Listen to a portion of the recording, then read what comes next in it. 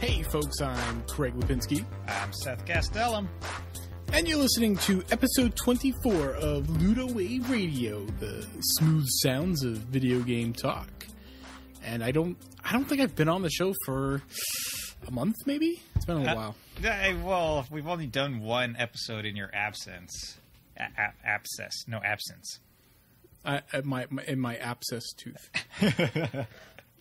And when I was doing the intro, I was like, the smooth sounds of video game radio, because that's what I sound like.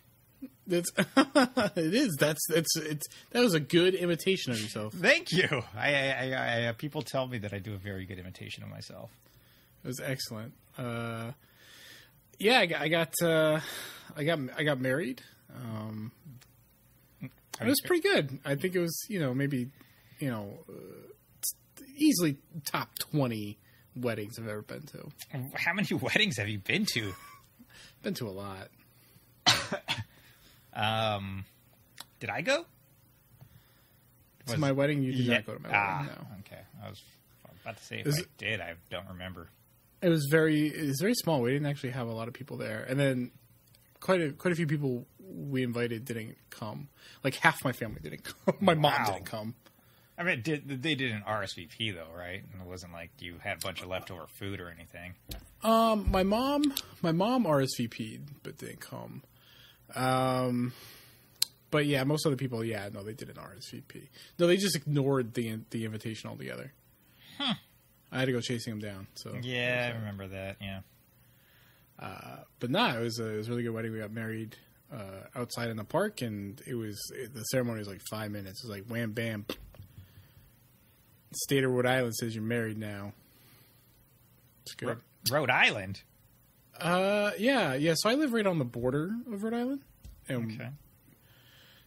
And there's this town. It's sort of a touristy town, but it's like a touristy town where, like, if you live in Rhode Island, it's still nice to go to. It's one of those kind of touristy towns. All right. Called Westerly. Taylor Swift actually lives there. Don't impress me too hard, Craig. Well, it's just interesting because Taylor Swift has a house in Westerly, Rhode Island. I bet she has like 5 houses, but yes, she probably has a lot of houses. Yeah, there's a beach in Westerly called Mesquamaket, and we got a bunch of I don't know. I think that maybe there's a deal with the Native Americans. We let them name shit, so the beach is called Mesquamaket, and the rich people part of Mesquamaket is called Watch Hill, and that's where she lives. Okay. No riffraff allowed at Watch Hill. So, I don't care about Taylor Swift's house. Tell me about the wedding, you dummy. Oh, I'm just describing Westerly. That's it's a nice. This is why we got married, not because Taylor Swift is there, but because it is a nice town, especially the downtown area. And we got married in the park. Super quick. It was great. Photos take forever. If you've been to a wedding and you're not the one actually like getting married or in the party, you probably realize photos are taking forever because you're like, fuck, I'm hungry. And you can't eat because they're taking photos. Just like real fast, my mom went to like her hairdresser's wedding just recently, and she posted like the worst pictures of the bride like on her Facebook, and I felt like bad for this like poor lady who had to be tagged in these photos because she's like just like she wasn't like posing for any of them. My mom was like trying to do like candid photos, but my mom's terrible. Oh shit, does she listen to this? All right, who cares? I mean, they were great. They were super good pictures. No, just like pictures of her like at her head like at weird angles, so she had like her chin all bunched up and just stuff like that. My mom like posted these like they're good photos, and I was like, no, Mom, Jesus Christ, poor lady. But yes, photos. Go ahead. Was this like a recent wedding? Yes, it was super recent. It was like in the past 2 weeks. I don't know what it is. People love taking photos at weddings now that everyone has like a reasonably decent camera in their pocket, and it's like, no, man, I paid $1,500 for someone else to do that. Like, just hang out, have a good time. They're gonna do a better job than you, I promise. So why don't you put the phone down, and when we get the photos, you can have some. Yeah. I don't understand this need to just. I mean, you're not. Are you gonna like look at those photos every day? Like, man, that was a good wedding. I really enjoyed that. Like, you're not going to do that. I don't know why people insist on personally documenting it. You know what I mean? They just want to post them on social media, man. That's all. Yeah, I guess that's all it's for. I mean, I've posted a few, but the thing is, like, we have like, I don't know, a couple hundred photos, and I posted like 4, and it was like my wedding.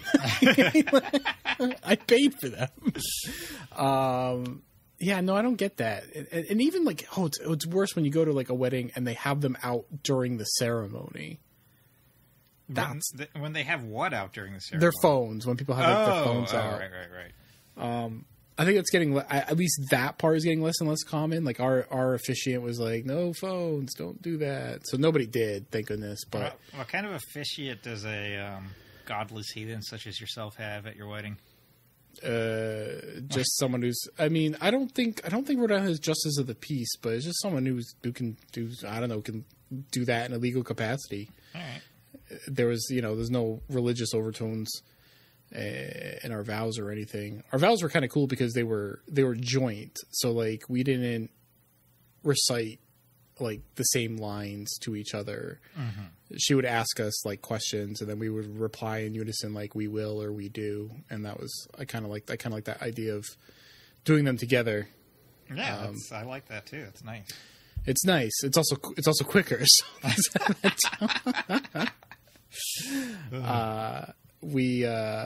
and then the ceremony was right around the corner. We basically rented out the entire restaurant, and people tell you this, like when you're like, oh, you won't be able to get to eat. Sneak in bites when you can. You don't get to eat when that really is a thing. When you're the bride and groom, you don't get to fucking eat. And you don't really get to drink. I didn't get to drink. Megan probably got a drink on. I had 2 drinks. I drank exactly 1% of the budget that we allotted to the open bar, and our friends drank that fucking bar down. And I'm surprised, but like not surprised.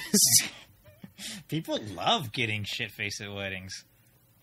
Well, yeah. I mean, it was it was like maybe like 10 people. Like there was 10 specific people who just blazed through that. I'm like, oh my God. Yeah, no, that's what happens. You're 32. Your body don't like that shit no more. You're going to wake up and hate life. I don't know what to tell you, man. My sister, I think, had no alcohol at her wedding. And, like, one of her husband's friends showed up with, like, a fucking cooler with beer in it. Your sister's wedding is your sister's wedding, but I don't know. You gotta listen. You invited people. They gotta put on pants they only wear 3 times a year, and nobody. I think a lot of people don't like going to weddings. I'm not a big fan of them myself. Give them a little alcohol. You know what I mean? Just give them a little alcohol. It's dangerous. It's dangerous with my family, though. Is it really? Yeah, there'll be a fight if certain people are drinking.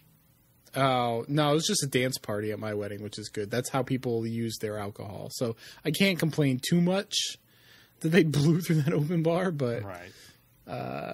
Nah, it was good. It was good. It was lightly Zelda themed. Not super over. I didn't wear a tunic, and she didn't have like fake ears on or anything like that. She came down, it wasn't really an aisle, but came down the park, to one of the tracks from the orchestrated Zelda CD that came with Skyward Sword. Uh-huh. And that was really good. This is all nerdy so far, but continue. Yeah. Well, it's really nerdy. I think it's track 7, and it's like a suite of the main theme. And at about a minute in, the music starts building up, and then it plays the secret chime, like someone is like on like wind chimes, and it's do do do do do, and that's when like Megan appeared from the trees during the secret chime. It was very good. Was she hiding behind the trees, like waiting for her cue? Yeah. I couldn't see her. I couldn't see her behind the trees. Yeah, absolutely. That's exactly how it worked. Let's see. We took a few photos. I have a replica Master Sword and Hylian shield, and we took a few photos. Most of the photos didn't have that, but we thought it'd be fun to have some photos with that. And then the cake, which is the best cake I've ever had in my life, it was made by like just someone Megan went to high school with, who just does it in her spare time, and it was the best fucking cake I've ever had. Had like just gold Triforce crests on it. So light. It didn't have like Link and Zelda toppers on it or anything. Nope. The best part of the cake wasn't even the Triforces. It was fucking funfetti. That's what Megan wanted funfetti cake, so you cut into the cake and it's just like rainbow on the cake. Nice. It was good. Yeah, that was it was a good wedding, and I'm happy to be married to Megan. Oh, congratulations. Thank you. On your wedding. I have not even told you that yet. I've been saving it for the podcast just so everybody can know how fucking thoughtful I am. So I could hear it with your voice. Well, I appreciate that. Yeah. No, that's yeah, no, I'm not going to get like super corny, but she's awesome, and I'm glad that we're married. And then we're going to Tokyo for our honeymoon, but we're not going till spring. Partially she's been to Japan with you before, right? Yes, she has. Yeah. Okay. Part of that's like logistics and stuff, because she's going through like name change stuff right now, and it's not that hard, but there's a lot of bureaucracy around it, and there's just a lot of places you have to go and a lot of things you have to do to get that settled. And of course, you have to do all that before you renew your passport. So. Right. But we went on she called it a mini moon, which sounds a lot like something she got from Pinterest, but she got that from Mario Odyssey. Wait, is it Odyssey where you get the moons? Which one gets the moons? Odyssey, you get the moons. Yeah, okay. Not a mini moon, a mini honeymoon. Right. We went to Salem because this is Salem, Massachusetts. It's because this is New England and spooky times. And do they super play up the burning witches thing during this time of year? It is incredibly touristy there. I haven't been since I was a kid, neither has she, so I don't think we really anticipated this. And let me clarify, being touristy is not necessarily a bad thing, like, I'm not from Salem. I don't live there. I'm only going to be there for a short time. Give me the quick version. You know what I mean? Like, it's fine. Touristy is fine. But it was very commercialized. Like, it's the kind of touristy where the only thing you can do as a tourist is basically spend money. Which was not great. We went to a few witch shops. We can buy rocks, I guess. Witches. No, they don't let you do that anymore. Just knickknacks, brooms, candles, whatever. There was like a retro game shop, which was pretty cool. They had a lot of like unique stuff. They actually had a pretty decent selection. And I chit chat with the owner a little bit, and he seemed genuinely like he wanted to have a conversation with me. And maybe he did, but just sometimes you go into these retro game shops and it's just some asshole don't want to talk to you. and I can empathize with that, because a lot of dinguses go into places like this they don't have any social skills. Right. And you get tired of that after a while. So I can completely understand why some of these proprietors don't buy the game or get out. I don't care. I don't need to know your life story, bud. But, we talked about collecting and handhelds and stuff, so that was nice. And we went to I'm sorry? I've only been to like two independent retro game shops before, and they're both in Canada, and the proprietors were super like nice and chatty, both of them. But I don't know if that's just Canadian. There's I know ones around here, but I have no desire to go into them, because when I'm here, I could just like be on the internet and buy whatever I want. But when right, exactly. And when you're on vacation and you're out and about, you're like, oh, let's pop in here and see what they have. I almost bought a Chrono Cross, but then the guys are like, oh, I think this one doesn't have the manual in it. I was like, oh, you motherfucker. So that's my story. Oh, yeah. Well, that's the story of when you didn't buy Chrono Cross. Yep. We also went to a bar arcade, and that was good. They had a Ghostbusters themed cocktail, like Ecto, I don't know, something or other. It was bright green. I think Megan took a picture of me drinking it.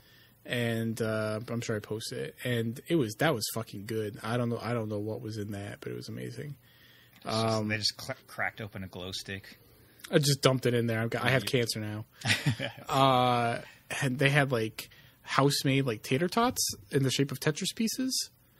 And we're like, how do they make these? And Megan pointed out, well, there's Tetris ice cube trays, so they probably shaved potatoes into that, and those were really good. And they had a decent selection of games. Megan fucking whipped my ass in Puzzle Bobble. She fucking beat the shit out of me. I never played much Puzzle Bobble. Well, me neither. I honestly played a little bit on consoles. This was on an MVS, And I play a little bit on consoles, but the best I can recall, anytime I've played it, there's been like a dotted line or whatever to show you the trajectory of the bubbles. Yeah, absolutely. No, the arcade version absolutely does not have that. So while I'm wasting time like nudging the joystick to get the bubble where I want it to go, she's popping them off everywhere. She kicked the shit out of me. Because she has apparently she played it in college. Apparently she and a friend played it a lot in college, and she just beat the shit out of me. I always preferred Bubble Bobble myself. I like Bubble Bobble. I mean, they're both okay, and I don't really seek them out myself. We played MVC2 as well. She beat me there, but that was a little bit different. Puzzle Bobble, I will graciously admit, no contest. She's way better than me. MVC2, I've never really played in the arcade. I don't know how the buttons translate. Like the Dreamcast, I can play it, but I don't know how the buttons work. I don't know how to do like assists or call in new characters. I just don't. Never played in the arcade. So I'm wasting all my time trying to figure out how to play it, and she's just button mashing. And she'll admit it. She's like, I was just mashing buttons, and she beat me, so... You just tap the last buttons on the side to call an assist. I played it like once in an arcade because I was very good at it on Dreamcast, at least like among my pool of friends. Yeah. And I went into an arcade once, and there was like some dude playing. I was like, oh, I'll challenge this guy. I'm good at this game. He just wiped the floor with me. I'm so bad with arcade sticks, and like, I am too. Like I can't, and the buttons too. Like it's hard for me to play with my whole hand just because I'm not used to it. So yeah, no, I got my ass handed to me. It's almost like playing like on a PC. I just don't. My hands are not comfortable in that sort of position playing. Yeah, no, me neither. So yeah, it was the same thing. I among my group of friends, I was okay. I wouldn't say I was a spectacular, but I was okay. I could play the game anyway. And here I'm just like pressing. I'm like, what does this one do? And then Megan just comes in and just wails on me, just button mashing. So that doesn't count. Puzzle Bobble definitely counts. They both count. They both count. They both count. Okay, well, that's fine. Take your L's, man. Okay, that's fine. But anyway, I'm back, and I got nothing else to report. My life is exactly the same other than that. Well, I mean, not to say that's a big thing, right? Getting married, but like other than that, there's nothing going on. You're married now. Yeah, you're a husband. See, here's the thing. It's exactly the same. There's no difference. There's literally no difference. But it's also a little weird at the same time, too. Why is it? What's weird about it? That someone like chose to be like legally bound to me. Like, why would you do that? Why you got to sell yourself short, Craig? Who wouldn't want to be legally bound to you? We're not unpacking this on the podcast. Now tell me, Craig, where do these feelings of inadequacy stem from? Oh, it's not inadequacy. I mean, for whatever it is that I am perfectly passable at it, and that's fine. All right. Well, maybe she was settling. If that makes you feel better. I don't think that's the case. No, you think she's no. You think she's into you? Yeah, I don't get it, but yeah. What a weirdo. Right? No, I know. No, Megan's absolutely not the person to settle. She wouldn't do that. Which is what makes it even weirder. Oh man, but yeah, how have you been? I'm fine. I did the podcast last week. Yeah, you did. It was 2 weeks ago now because we were supposed to.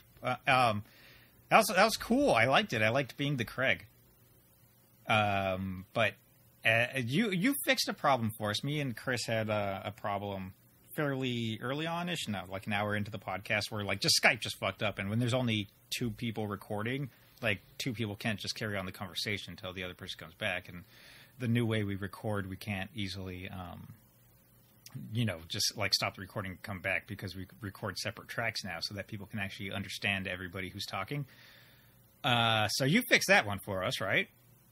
Oh yeah, no, I did. It was smooth as butter too, because the way that it happened is that there was this crosstalk in the original recording where like it wouldn't have made sense if I just went, okay, I'm going to snip here and put this here. So I had to line it up so it sounded like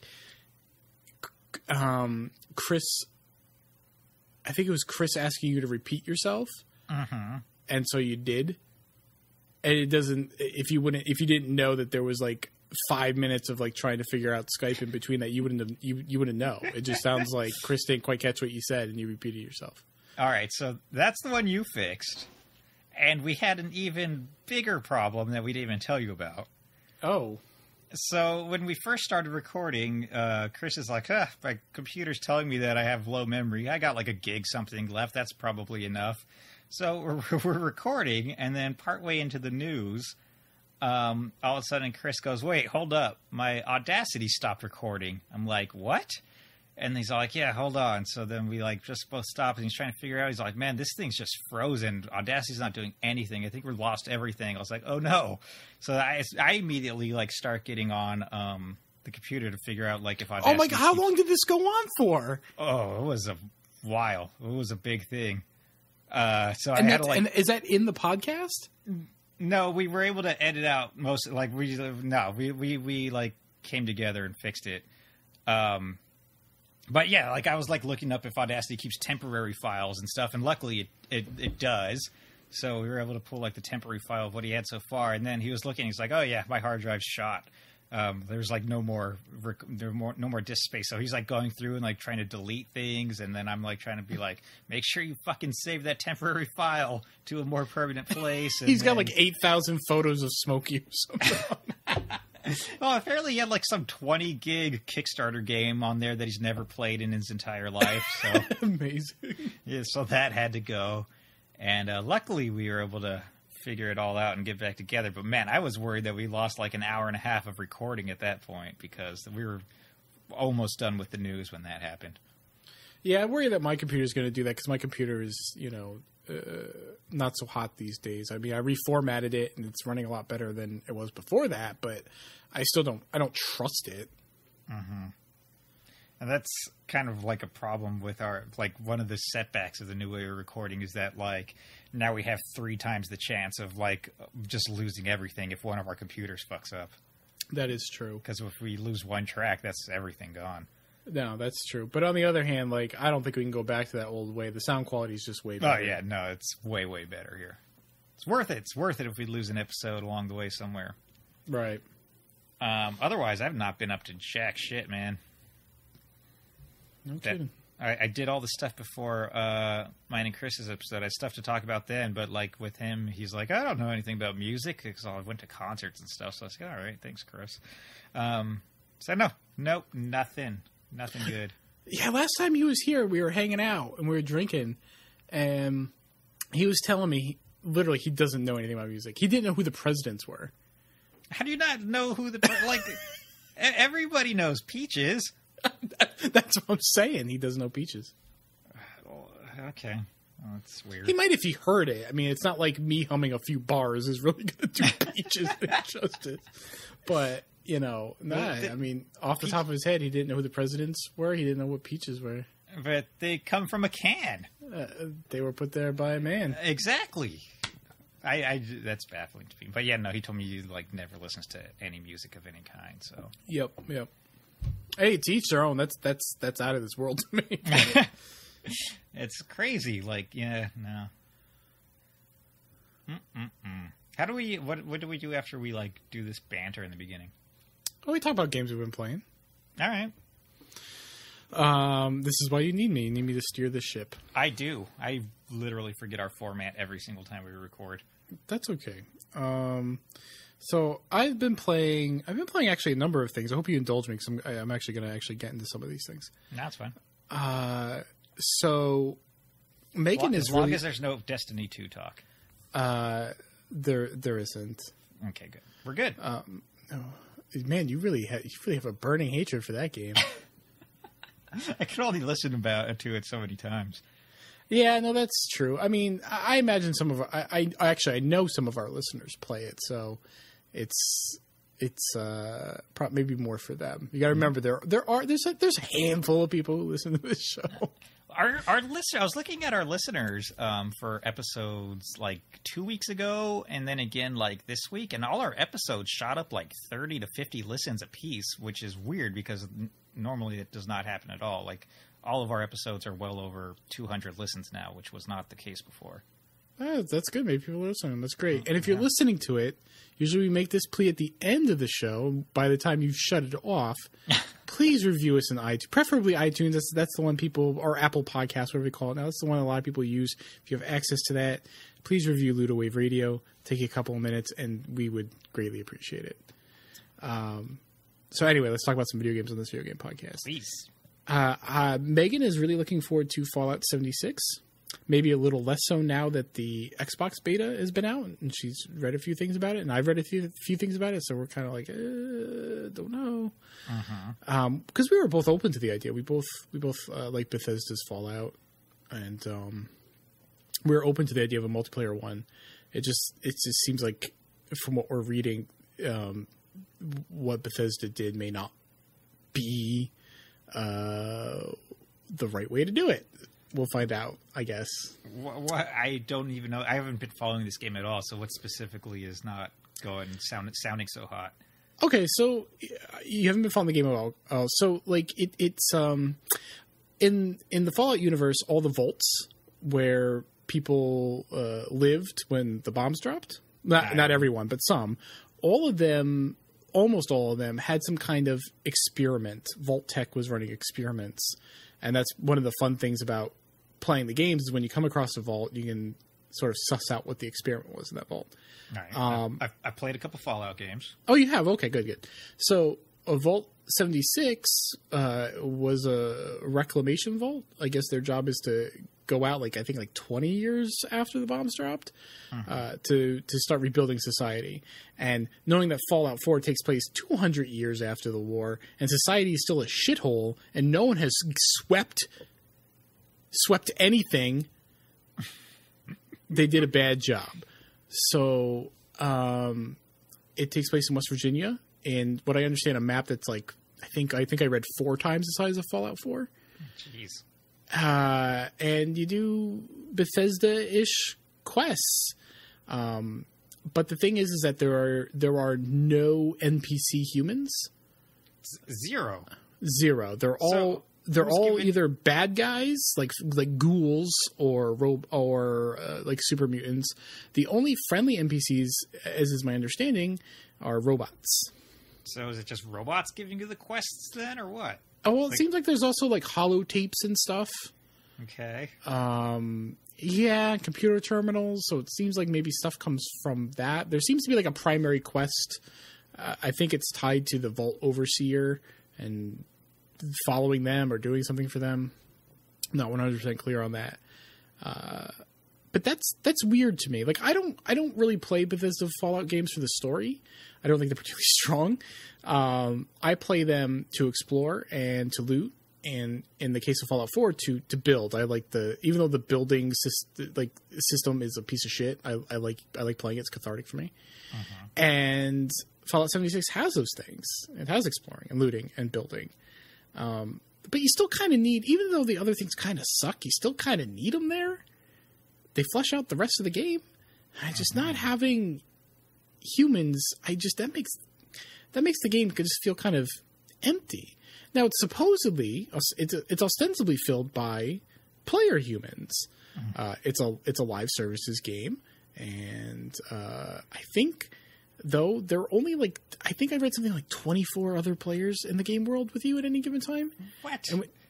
And right, which to me is not a lot. I know if you have a map 4 times the size of the last game and are only sticking half the people of Fortnite in it, then that's exactly my point. It's almost like they want to go for a solitary feel and then the occasional bump into someone else. But then it's it just feels like a game that's neither, or it sounds like, I shouldn't say feels like, because I haven't played it yet, but it just sounds like a game that's neither good at being a single player or good at being a multiplayer game. Yeah, no, I thought they were going to populate this with hundreds of people or something. No, it does not seem to be that many. Huh.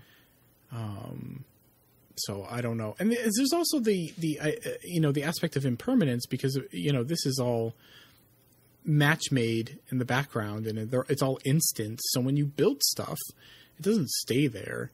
When you build something, I'm not sure the exact machinations of it, but it basically becomes a blueprint, and it gets, you know, it's like the Jetsons, and it just folds up into a suitcase, and that's your encampment. And you can just pop it out whenever you want, I guess, or something like that. So you can build a structure and then rebuild it somewhere else, or rebuild it the next time you log in, but it doesn't stay there.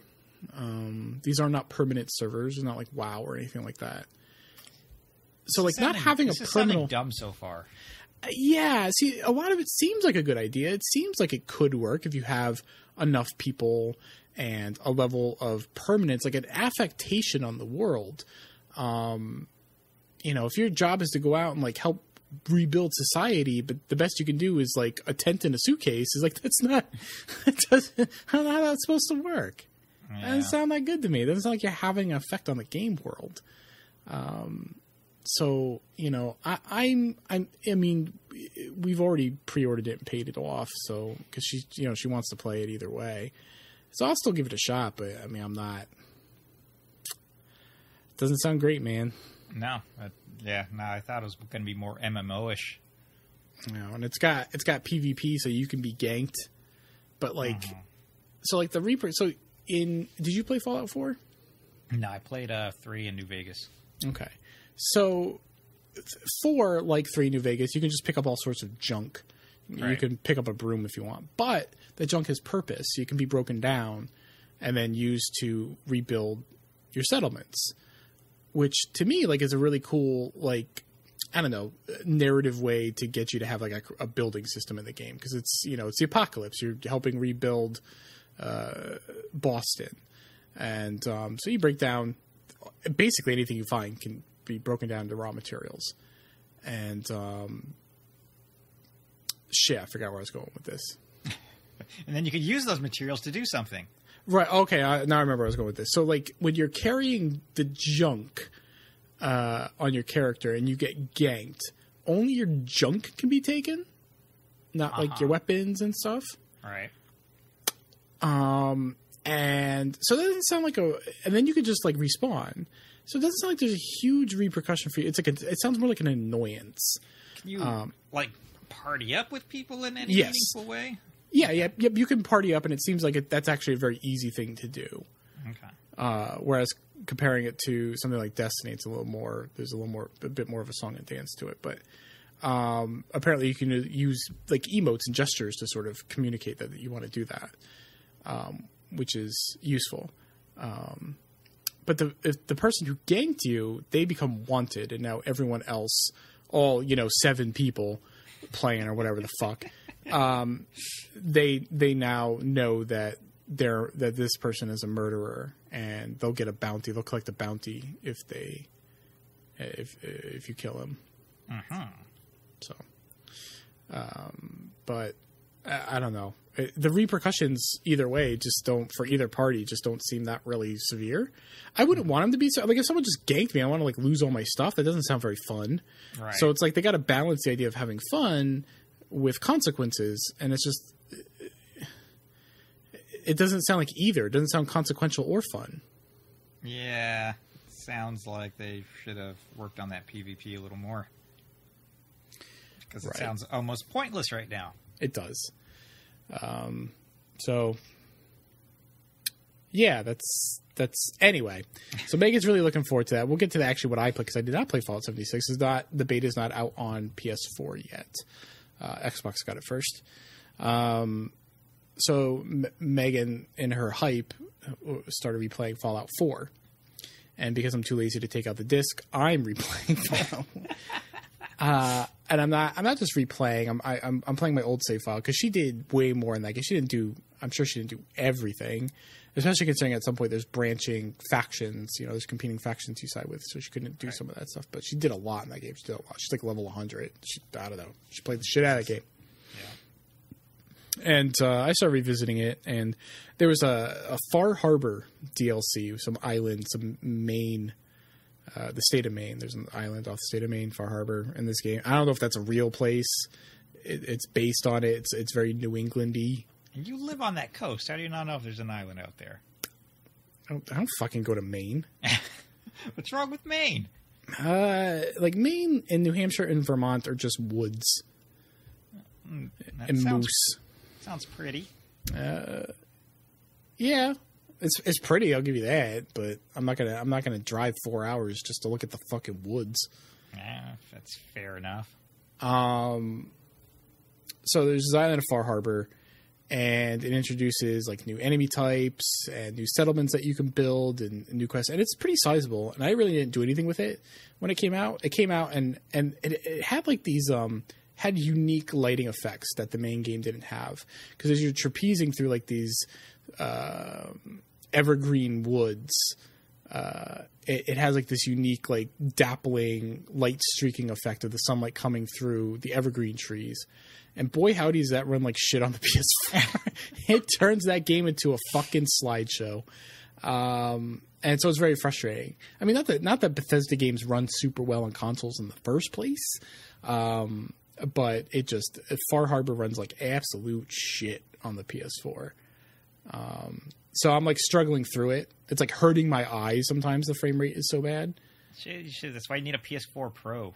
I don't know if that would do anything, but I don't have the money for that. That's fine. I'm not buying that fucking thing.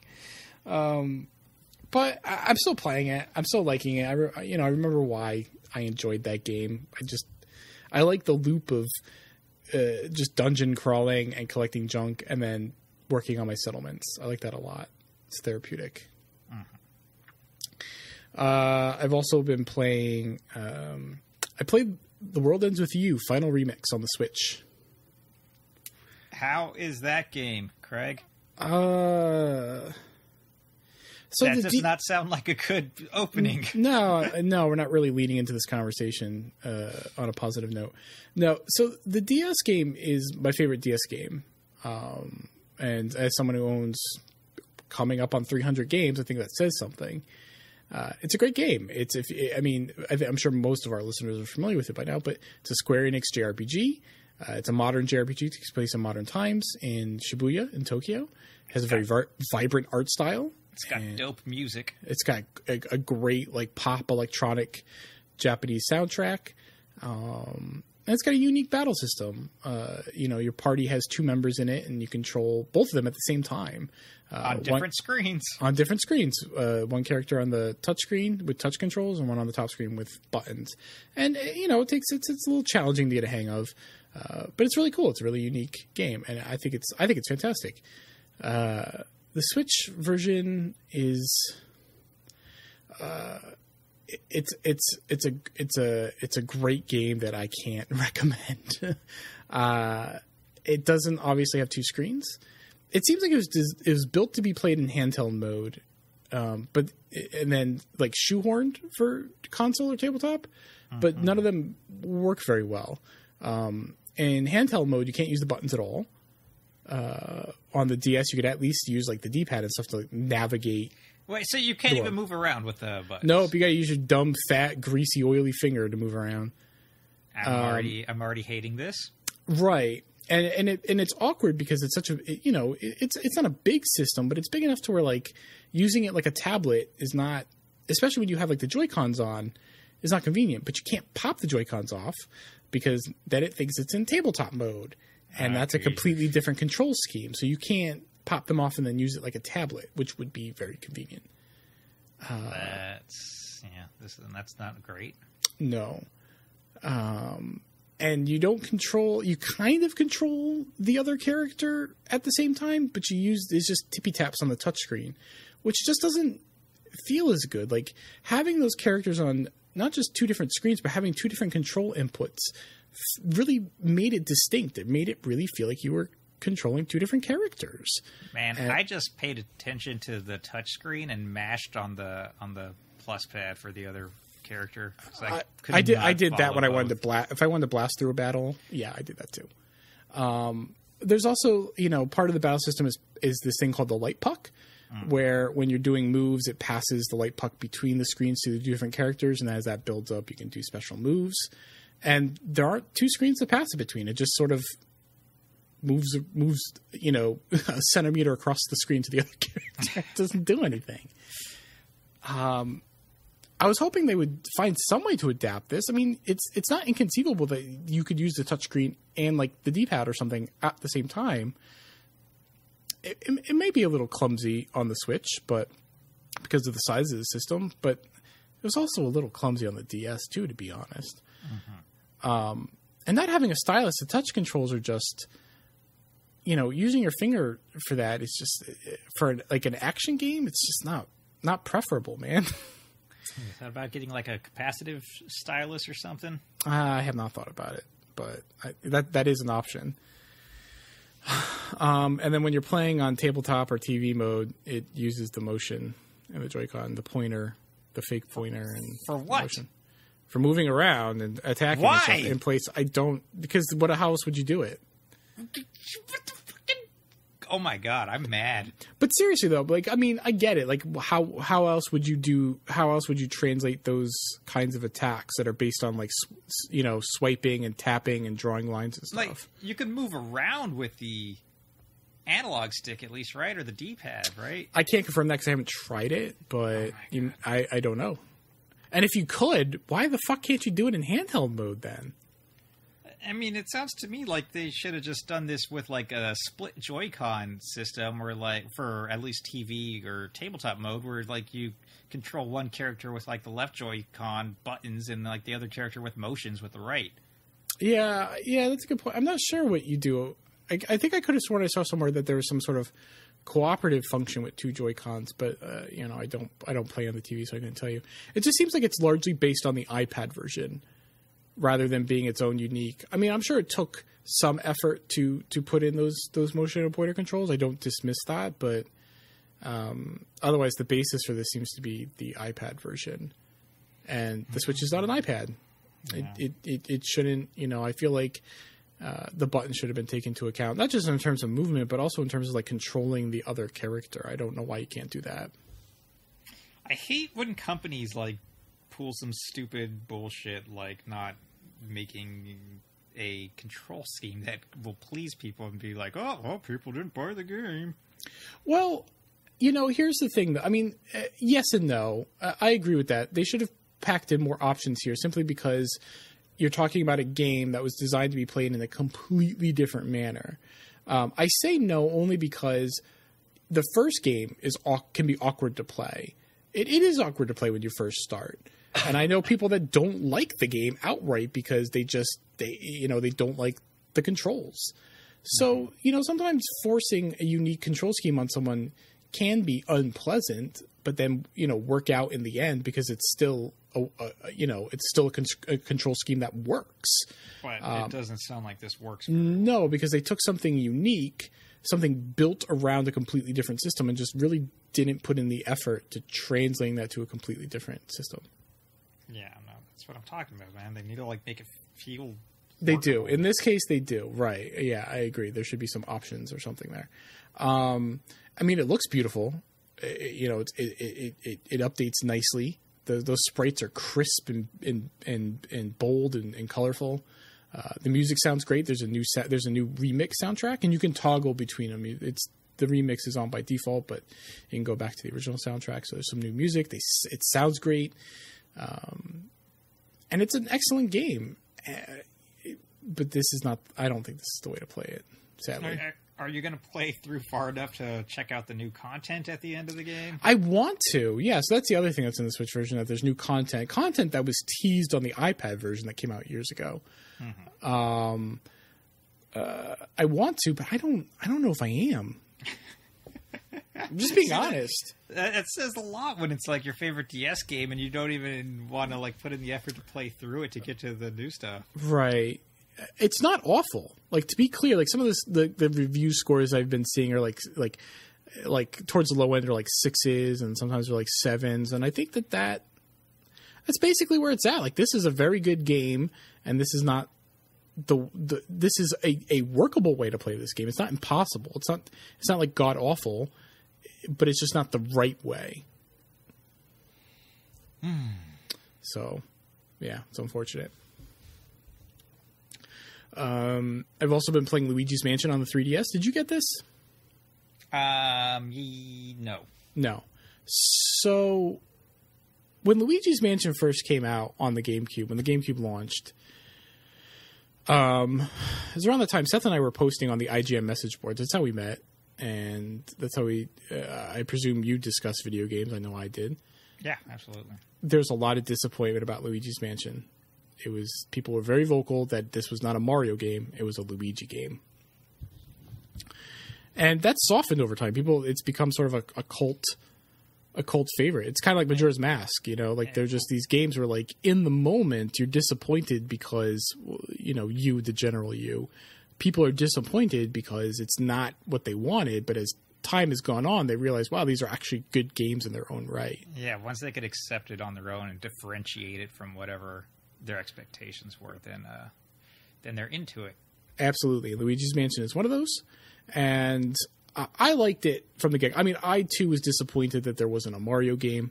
I think, was another of the major things, is that it was a Nintendo console launching without a Mario game. Yeah.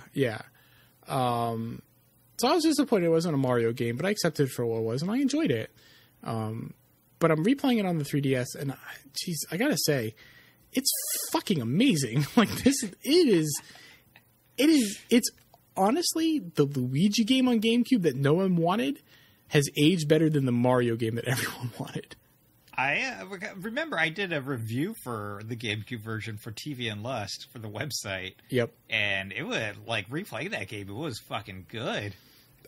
This is my first time replaying it. I mean, I've picked it up and sort of fiddled with it since it launched, but this is my first time really playing it since the GameCube launch.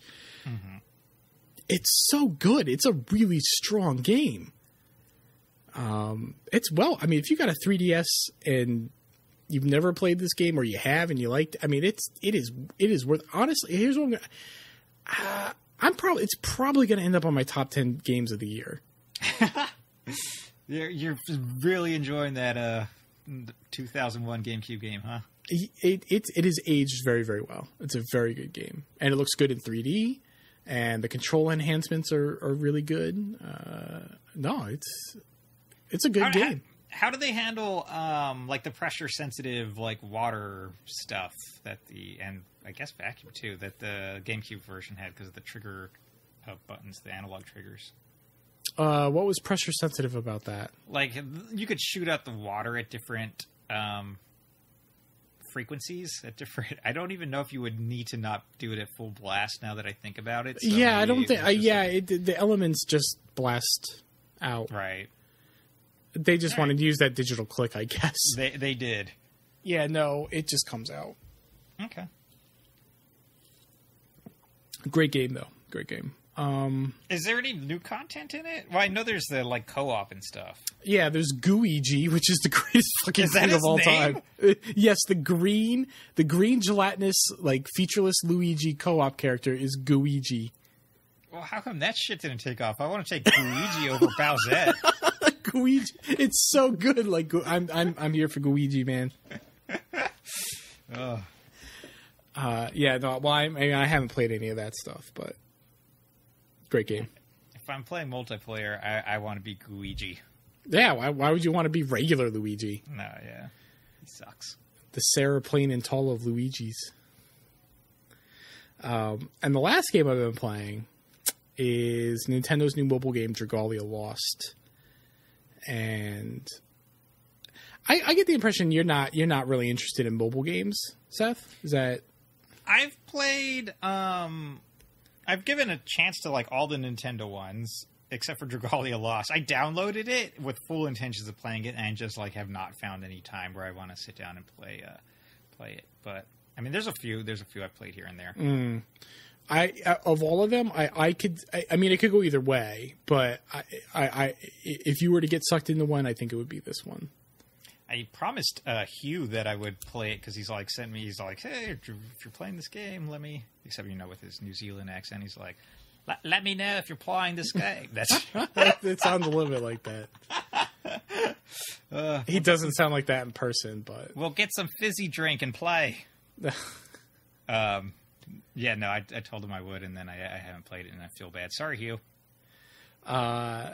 Yeah, well, I mean, it is online multiplayer, but I haven't played with Hugh. We're friends in the game, and that just means I can call on his selected character to help me in solo missions. Can you actively play with another person at the same time? You can play with 3 other people. What? Yeah.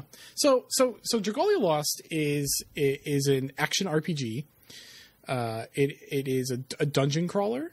Most of the dungeons are not very complicated. It has like a story mode that is, I don't know how long, because I played it interspersed with other stuff. But the story mode is several hours long. The dungeons get pretty complicated towards the end there.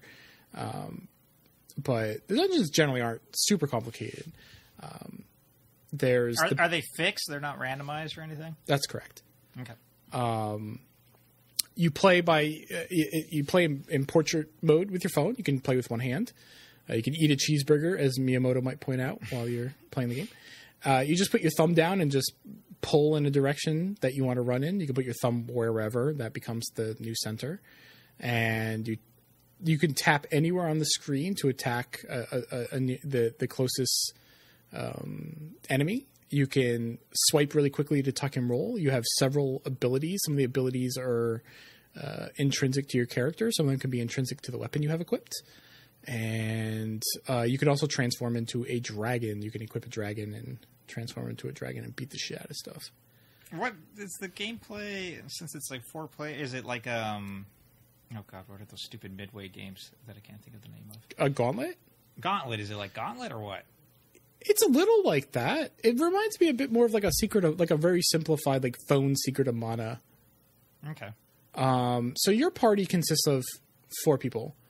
And there are elements in the game. It's fire, wind, water, light, and dark. And so you can construct teams, and you can make like a light team and a water team, and that's in fact what you should do.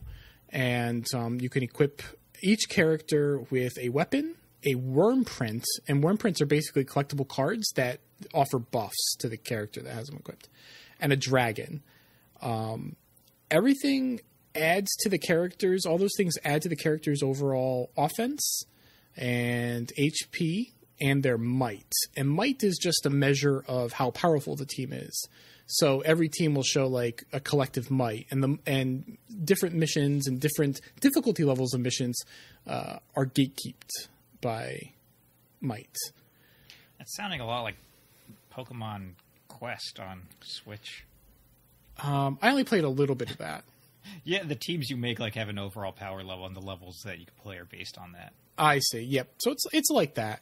What's really interesting is that like each team is basically like it's pulling from the same deck of cards, and the game considers it like separate from each other. So if you have like one particularly powerful sword, and you have a sword user on like 2 different teams, you can use that sword between the 2 characters. You can't have the same sword be used between 2 different characters on the same team, but across teams you can. So that kind of like cuts down the amount of like farming and crafting and all the other shit you got to do, because everything in the game can be upgraded. The dragons, the worm prints, the weapons, the characters, and they can be upgraded in all kinds of different ways and require all sorts of different materials. It took me a little bit to get my head around it. So that helps you manage it a little bit. Because the main character is also a prince, there's also like a kingdom building aspect to it. How many systems are in this game? Is this sounding like a Monolith Soft game? It's big, but it's all sort of simplified for a phone. So like the dungeon crawling is simplified, the combat's simplified, the kingdom building is very simplified. The things that you build in the kingdom have effects on your party. Like you can build like a flame altar, and that provides buffs to flame attuned characters, and you can upgrade that and they get better and better stats. Or you can build mines to mine for more money and stuff. So, but it's very simplified. And then there are like daily quests that refresh every day where you can farm for pretty generous, actually, upgrade materials and money and stuff like that. And ever since the game launched, they're going on like their third unique limited event, and that's starting on the 31st. The first one was a fire-themed raid battle. It was a 16-person raid. And this is where the multiplayer comes in. So most missions, some of them block you out from multiplayer. Like the event that they just had was a Halloween-themed one. There was a few missions in there that we couldn't do co-op. But you can just do co-op and just you can host your own room. You can make that room private and has a little number that you can give to other people and they punch it in. You can make it public. You can search for a room, and that puts you up with different people. And when it does that, the lead character for the current team that you have set up is the character that you play as. When you're playing solo, the other three are AI, but you can toggle between them if you like. So when you're playing, it's your team leader that is the character that you play as, and same for other people. So there's, unless it's a big raid, 16-person raid, everyone it's 4 players. It's always 4 players. And it's kind of nice. I actually like doing even just for like the piddly like daily things to grind out. I like doing it co-op because there's just a nice feeling knowing you're doing it with other people, I guess. Yeah.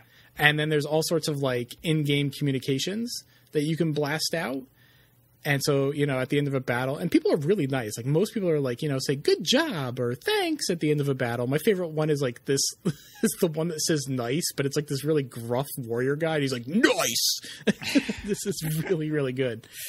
The music, it's all like Japanese pop music, and it's really catchy as shit. Weird, but okay. Yeah, it seemed out of place. I'm like, what's this doing here? It's the money making aspect is of course gacha. Right. So you can do summonings, and you can summon a character, a dragon, or a worm print, and you don't get to choose. That's just what pops up when you summon. It's usually worm prints. Worm prints are like the filler, and you're like, fuck, another fucking baseball card. And it's even worse because you can save up for a 10-fold summon, and a 10-fold summon doesn't save you any material, but you guarantee something. It does. It guarantees a 4-star summon, and then you're like, oh hell yeah, and you get like 2 4-star fucking worm prints. You're like, fucking eat shit.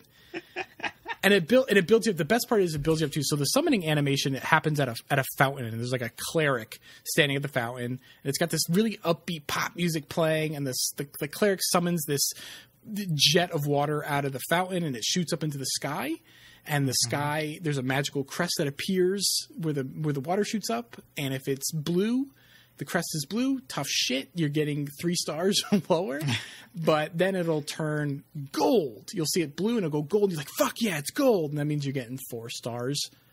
And if it turns rainbow colors, you're like, oh, fucking A, man. You're getting something 5-star.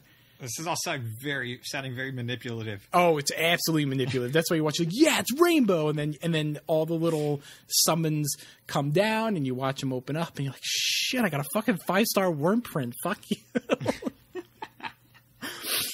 I just remembered when I was installing the game, because like after you like download it, of course these games all have huge installs. It was like playing some anime on loop with J-pop playing in the background. Yeah, because it so you install the game and then it's got some other stuff it also installs. Yeah. And so that's as much of the game I saw was the anime and J-pop. And it's like a 30-second anime that just loops. The song is longer than 30 seconds, but the anime intro is not. But I gotta say, like, I like it. Like, I've been playing it every day. Has there been any like big Nintendo franchise tie-ins yet? Like, get a Mario Dragon or something like that? Nothing. Weird. I thought Nintendo would like leverage their IPs more to promote the game or something. Nope, nothing like that. There's a lot of story too. Like I said, like there is a story mode, and it's long. And then every character. So when you summon characters, you can't have duplicates, like because they're all unique. So there's no duplicate characters. If you pull a duplicate character, you get this resource called Eldwater, which is used to upgrade a character in terms of stars. So if you have a 3-star character, you can upgrade them to 4. I have a ton of Eldwater. I have enough Eldwater to upgrade, I think, like 5 3-star characters. But apparently the game does not think it's enough to upgrade a 4-star character to 5. So I don't know how much of that shit you need to upgrade to a 5-star character, but I don't have enough.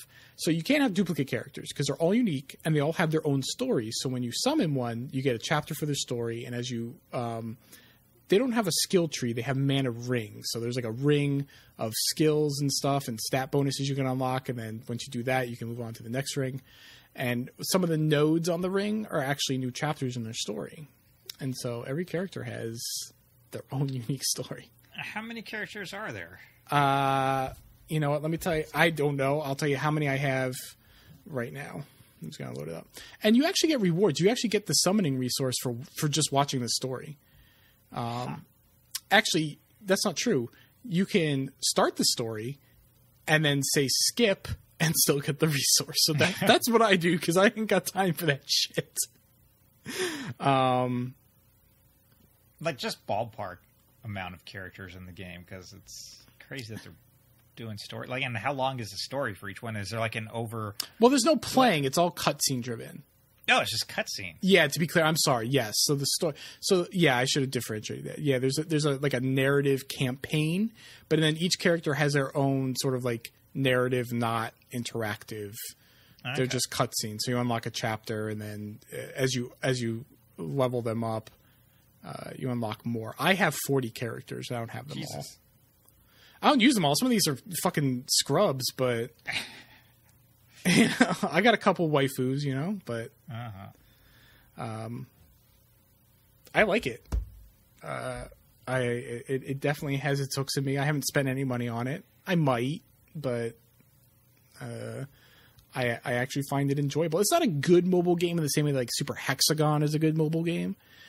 It's an engine to make money. I mean, that's what it is. But that doesn't mean it can't be a good, enjoyable engine to make money, and that's what it is.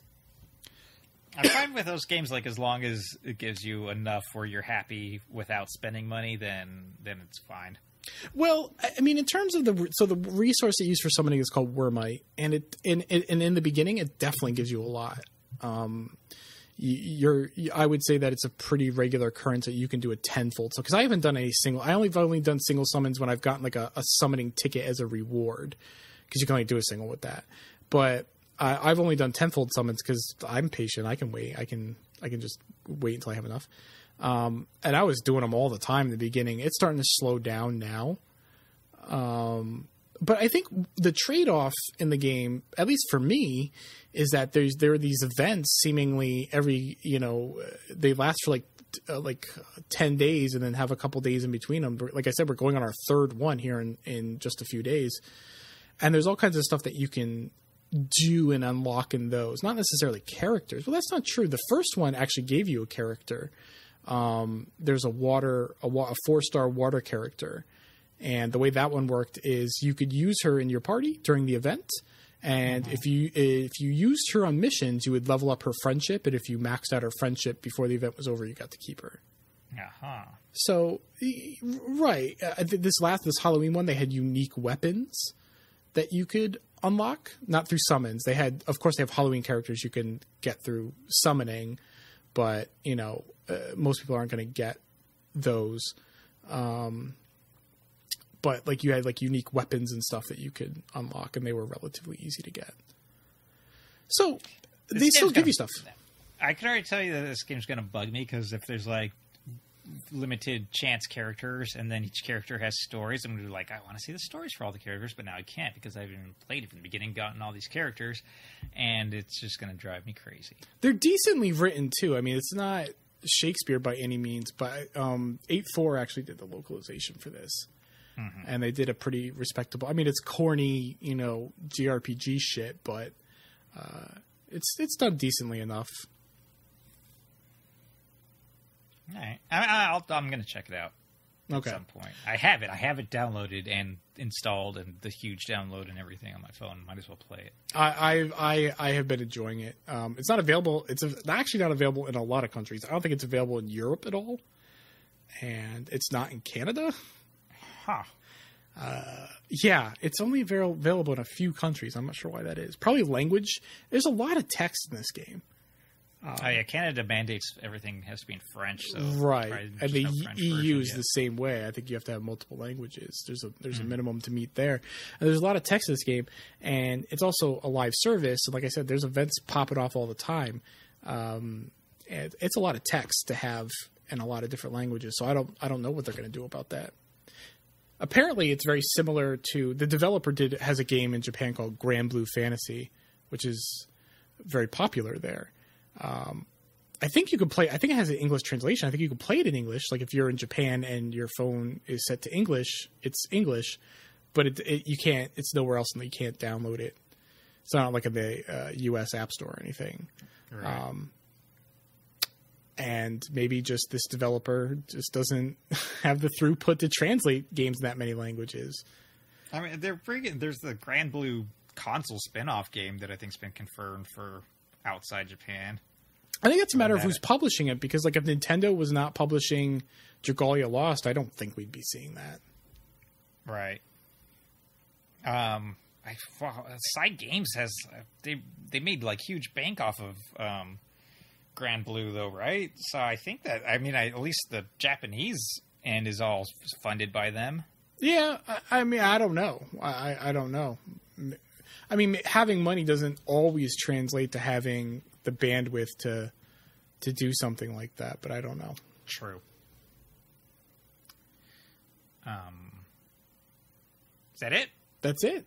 That's it. All right. I've been playing those exact same games. Now, I've been putting some time into my PSVR, which I had ignored for several months because the last time I played it, like everything was tilted off to the side when I played, and it was annoying me. And I was looking it up, and I couldn't like find any quick fixes. But with Astrobot coming out and getting like huge praise, I was like, all right, I need to get this fucking PSVR working again. And luckily, I found some Reddit posts that explained how to fix it, and they all involved going into safe mode on the PS4. And it was like, if you're lucky, all you have to do is go into safe mode and then exit out of safe mode, and then it'll work again. And then like the slightly more drastic one was that you had to do a settings reset, not a console like reset, but just a settings reset that like sets the PS4 back to default settings, but all of your stuff is still there, and that fixed it for some people. And then for some people, they had to do like a whole system reboot and like like delete everything and set their PS4. So luckily, just going into safe mode and exiting safe mode worked for me. Well, that's good. I didn't know where you're going with that. I'm like, did you have to do a No, I got lucky. I got the easiest of the options. Because if I had to reformat my PS4, I would throw the PSVR like in the trash. Yeah, like, no, that's where I was. That's where I was. I was like, I'm not fucking dealing with getting all my saves back and everything now. So luckily, the first option worked. But it's so shitty that it was a fairly common thing. Like there was a lot of people complaining about it, especially on like Elder Scrolls whatever VR thing that came out on whatever subreddit that was. So I played Job Simulator. I'm going to get to Astrobot last because that was the best of the games. I'm going to save best for last. I played Job Simulator, which is like it takes place in the future where there's like robots everywhere, and you're like in a museum of the past or whatever, and then there's these cartridges, and each one gives you like a simulation of what working used to be back in the 21st century or whatever. And there's like office worker, chef, mini mart clerk, and a mechanic.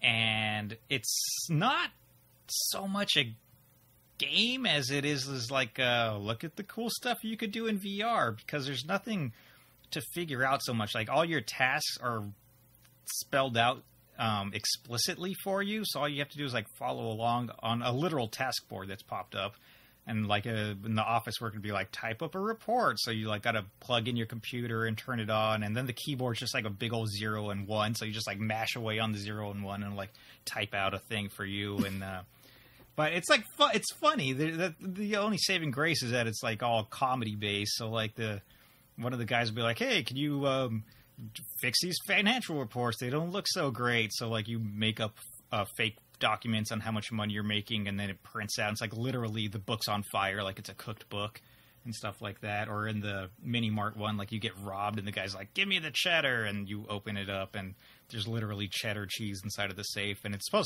supposedly like that because they don't have like documents of how exactly what all the human stuff made, and or how human stuff worked or whatever. Like a mom comes in for a kid's birthday party in the chef mini game, and he's like, can you make us a pizza? and you literally like throw some bread, cheese, and tomato in the microwave, and like a pizza comes out and stuff like that. And he's like, I don't like my pizza with tomato sauce. Can you make it with something else? And you put like some gross stuff on it, like fish or something. He's like, oh, that's much better. So it's funny, but it's not, and it's like it works well. Like it's like a VR tech showcase with how all this different stuff you could do. So it's entertaining, but it's not anything like amazing. And it's super short, which I'm glad. I got it for like $10 off from Best Buy when they were clearing out the games, I guess. And now it's super rare, so I think it's a lot more, but whatever. I played some Rick and Morty Virtual Reality, which is actually made by the same developers as Job Simulator, which I did not know at first. But it's a lot more gamey. I feel like very self-conscious talking about Rick and Morty things with you, Craig, because obviously you don't play the game or don't play the games, don't watch the cartoon or anything. I mean, I've seen it. I'm familiar with it. I guess that's a tangent. You know, when it comes to certain things, I get sort of like put off by them, and not because they're popular, because I like plenty of popular things myself. It's the level of popularity, and it just doesn't match to me what the thing is. Like Game of Thrones, I'm like, oh, okay, this is a okay HBO show, and everyone's like jerking off to it, and I'm like, oh, fuck it, fuck Game of Thrones, and that's kind of Rick and Morty for me. As a fan of Rick and Morty, I fucking understand that completely, because I swear to God, fans ran like Pickle Rick into the ground before that shit even aired on the West Coast. Like, there was like Pickle Rick everywhere. It's like, oh, and then I watched the episode. I was like, oh, that's an okay episode. So what was that all about? I'm familiar with the meme, I guess, but I don't really. What happened in the episode? There's an episode where Rick, who is the Doc Brown type character, right, an asshole, yep. He turns himself into a pickle to get out of going to family therapy, and then he goes like on some crazy adventure, and he has to. He like gets thrown down a sewage drain, and he uses science to make himself like arms and legs out of like rat limbs and cockroach stuff and stuff like that. And then it was just like it was just an episode of Rick and Morty. I have no idea why it got as big as it did. Zero clue. Huh. Right? But that's exactly my point. I guess I just don't understand the saturation. I think that's why I get resistant to things, because it's like I've seen so much of the thing that isn't actually the thing that when it comes time to actually enjoy the thing, I can't. That's man. I feel like Pickle Rick's the first time I experienced that, and I get it. I get it completely. Anyway, so most of the game like takes place just in Rick's garage, where his lab is in the garage, and you're a clone of Morty. And you're made specifically for doing tasks and stuff. And basically, they leave you off to do your own devices, and they give you like different tasks to do. And actually, kind of cool, because you get like just a little communication watch, like Dick Tracy style or whatever. And it just works really. All you have to do is like turn your wrist and look at your wrist, and then it comes up, and it just feels all very natural. It's like super immersive. There's puzzle solving. You're not walked through these things. You're given like a very loose idea of what you're supposed to do, and you just figure it out yourself. Like some stuff has to be made. There's like a machine in the garage where you could place any two items in the garage and make an item that's the combination of those two things. It's actually pretty technically impressive. There's like a wormhole thing where you could go to a few different areas, but it's not a lot of movement. There's not a lot of movement in the game. In the garage, you're basically stuck teleporting between three different areas in this very small garage. And then there's also like 3 or 4 other places that you could go to that are also very small. Like one of them's a bathroom, and one of them's just like a ledge on a satellite. I don't know. Point is, the game's pretty fun. It's funny. It's also incredibly short. I thought it was going to be longer, because to start the game, there's like a wall of discs. Well, I mean, when you start it, there's only one disc, and you pick up the disc and you put it in a machine, and that's how it starts. And I was like, oh, each disc is one episode. So after I finished the entire game, I thought that was like one episode of the disc, and then I got back into the living room where all the discs were, and then the entire wall was loaded up with discs, and it turns out each disc was just like a different chapter of what I had played. what turned out to be the whole game, and I thought it was just like one of many chapters in the game. So it was very, very short. I think I played through it in like 2 or 3 hours tops. There's a few cool things in it, and by cool I mean interesting. There's a virtual reality game within the virtual reality game where you put on a helmet, and the game is called Troy, and the point is to live your life as a person named Troy and see how long you could live for. Like, you start off as a baby, and then there's like different stuff in the crib, and depending on what you pick up, like you pick up a football pick, oh, Troy, you always loved football, and then it jumps ahead to you, like you're in high school and you're doing like different high school tests and stuff, and then you're like in a football game, and there's multiple outcomes, and then at the end it tells you how long you lived for, and it gives you a score. And one of the things I liked about that was when you start off and you're a baby in the crib, there's something that you can very slightly see outside of the crib bars, and if you can reach for it and grab it, it's Drano, and then you immediately die, and it's like your score is 8 months.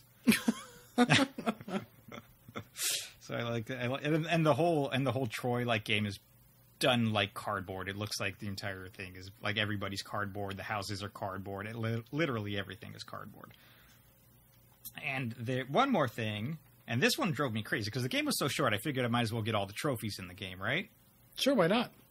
Exactly. So, and that actually added a couple hours to it. There's one like mini game in the game where there's a control panel in front of you. And on the control panel, there's 5 different like stations on it. And on the far left, there's 4 holes with 1 key. To the right of that, there's 4 buttons in a diamond shape. Right in front of that, there's like a lever that you could just move forward and back. To the right of that, there's a lever that has different increments that you have to stop it on. I think 4 or 5 different increments. And then on the far right, there's a knob that you could turn to 5 different positions. And in this mini game, each station will light up, and you have to like hit whatever's going on that station. So the knob will like light up to a specific spot. You got to turn the knob to that spot. The holes, you got to stick the key in whatever hole's lit up. The lever, you got to move back and forth. The other lever, you got to stop at the right place. And the buttons, you got to hit the right button that's lit up.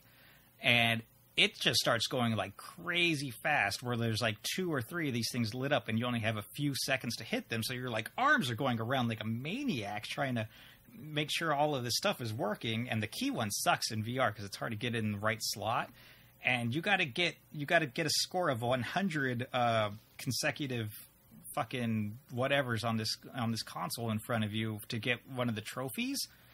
And that took me like an hour of like practicing, but it's kind of neat in a way because it's actually like a physical activity that you could like progressively feel yourself getting better at. Like, I wasn't even thinking to myself like in VR. I'm like, all right, I just got to fucking get this control panel working for me, and it's like making this ding, like ding ding, and stuff like that. And you're like, oh no, that one's dinging, that one's almost done, and it's actually like really cool. It's that's one of my favorite parts, is that stupid idiotic control panel mini game. Even though it took you an hour. Even though it took me an hour, but like I could film. As you get progressively better. Like when I started, I could get like maybe 10 to 12, and then I was getting like in the 30s and 40s, and then I was getting like in the 80s, 90s. I was like, fuck, I'm almost there. I got like 96 at one point. And want to throw my fucking Move controllers, but no, I got like and once I hit 100, I like launched way past it. I think my score was like 130 or something, 140. But no, that was fun. It was fun. It was challenging. It's what it was. It felt like a real honest challenge and something that you could improve upon. Cool. Astrobot Rescue Mission is probably the only VR game I've played that actually feels like a real fleshed out video game, like something that you could compare to another video game. But it's so good. It's so good, Craig. So you control a little dude, a little robot, through these platforming levels, and they just move forward, kind of like Crash Bandicoot-ish, but not shitty. You control this little robot, and you move him around through these environments. And the environments are cool because they're all around you. Like, it's in front of you, it's off to your side, it's up above you. It's like way, way down below. Like, you might have to like lean forward and look down a cliff, and Astrobot is like way down below, like doing whatever. Sometimes like there's a wall obscuring your view, so you got to like lean forward and look around the wall. So you control him around. He could jump, he could punch, he could do like a short hover. But the cool part, like the super interactive part, is that you yourself, you wearing this stupid helmet and holding the controller, are also in the game as another robot. Are you following me, Craig? You're a robot in the game controlling this smaller robot. Yes. But you can also do stuff in the game. So there's like walls that you could break down by headbutting. You don't have to do like a serious headbutt motion. You just move your head forward a little bit. Like there's one part where you as you move Astrobot through the level, like you move through it very slowly as well, automatically. So like you look off to your left. I looked off to my left at one point in a cave, and there was like a wall there with a little symbol on it. So I just like headbutt it, and then it broke through, and then there was a secret in there, and there was a little guy to rescue. You got to save like 7 little Astrobot buddies as you go through the levels. And the controller you're holding, this one just plays with the regular DualShock 4 controller. The controller you're holding, you see in the game as well, and it's like part of the game. So like whenever you save one of the little robot guys, he flies off. You can watch him fly from wherever he is, and he flies off and he lands right inside of your controller, and like you feel the controller like rumble and move as he's in there. And any other ones that you saved so far, they like pop up in the controller, and it all, like you look down at the controller, it's like right where you're holding it, so it's like you're actually in there. That's really cool. There's one part in the game.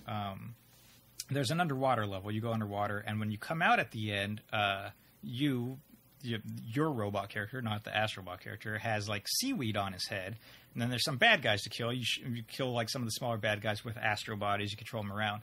And then a larger bad guy comes out, and he has a soccer ball, and he's like kicking this soccer ball at you, and you have to headbutt it back and forth to him. It's sort of like the Ganondorf fight at the end of Ocarina of Time.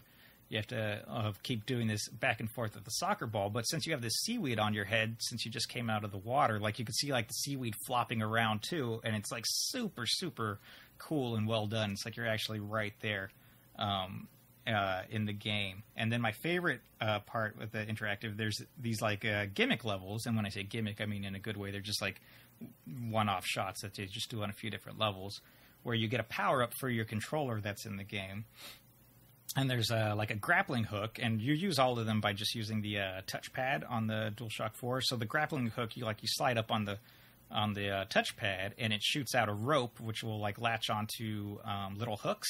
And then once the hook's out, you could jump up onto the ropes with Astrobot and like move them around. But then you could also move the controller around to move the placement of where the rope is, and then you could also like fling the controller up and make Astrobot like launch up super high off the rope and stuff like that. You could like pull down walls with it.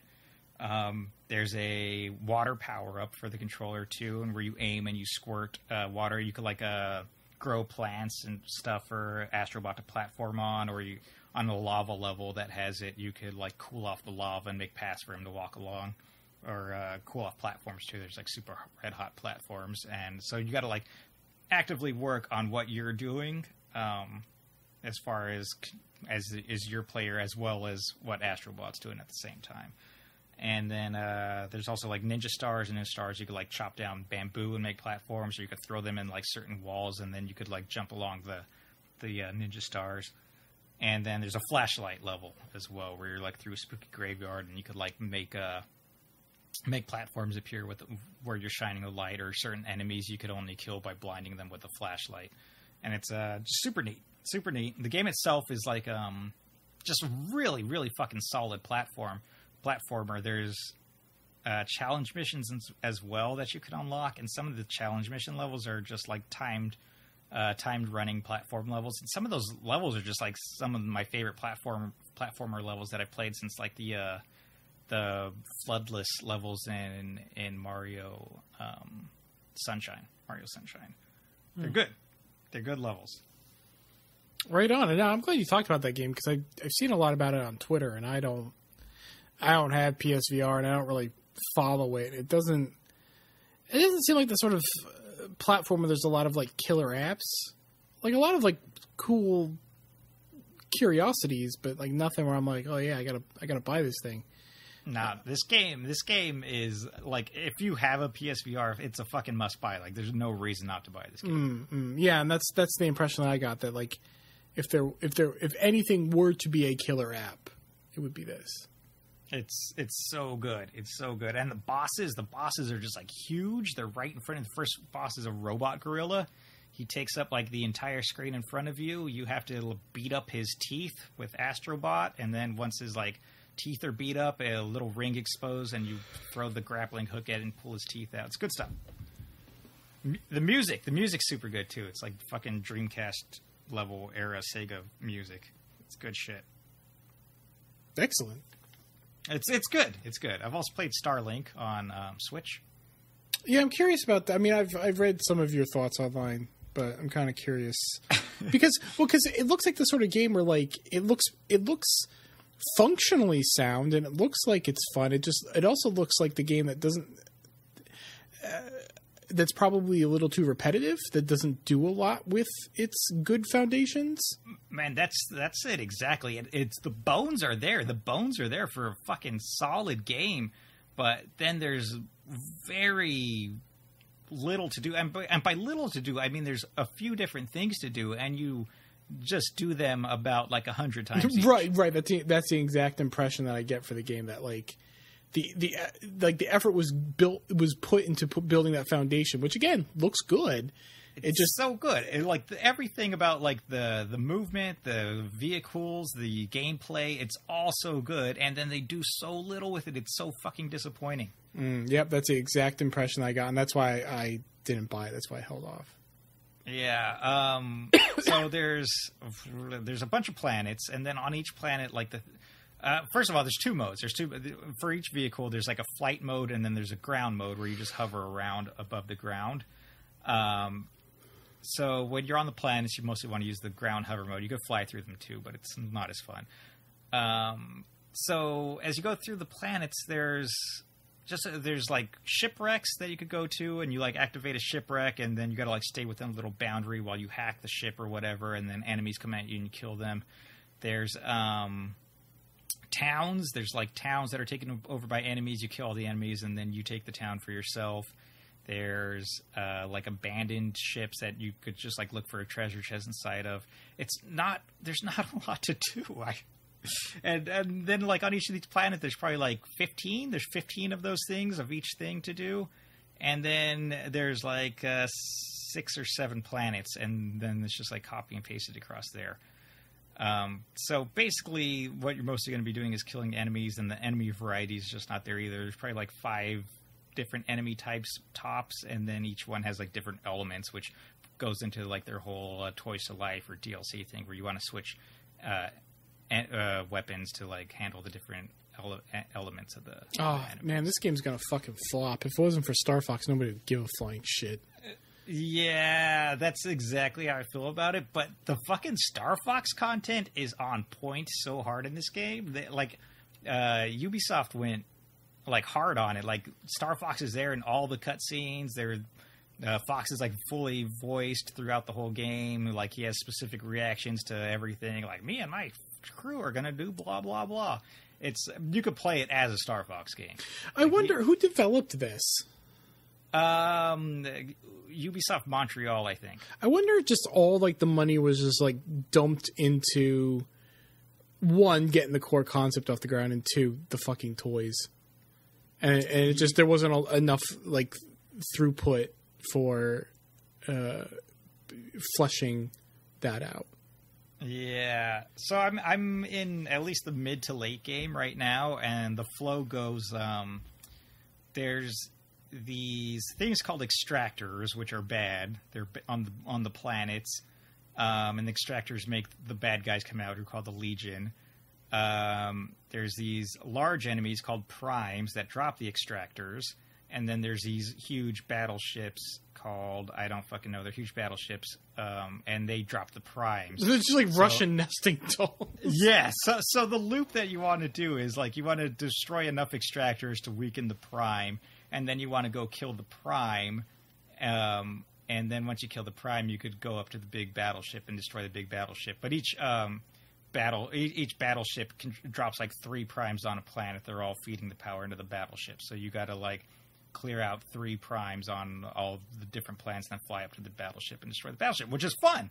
Like going like especially going up to the battleships, and you have to first blow off all their turrets, and then blow up a bunch of like side paneling stuff, and then blow up the back to open a rear hatch.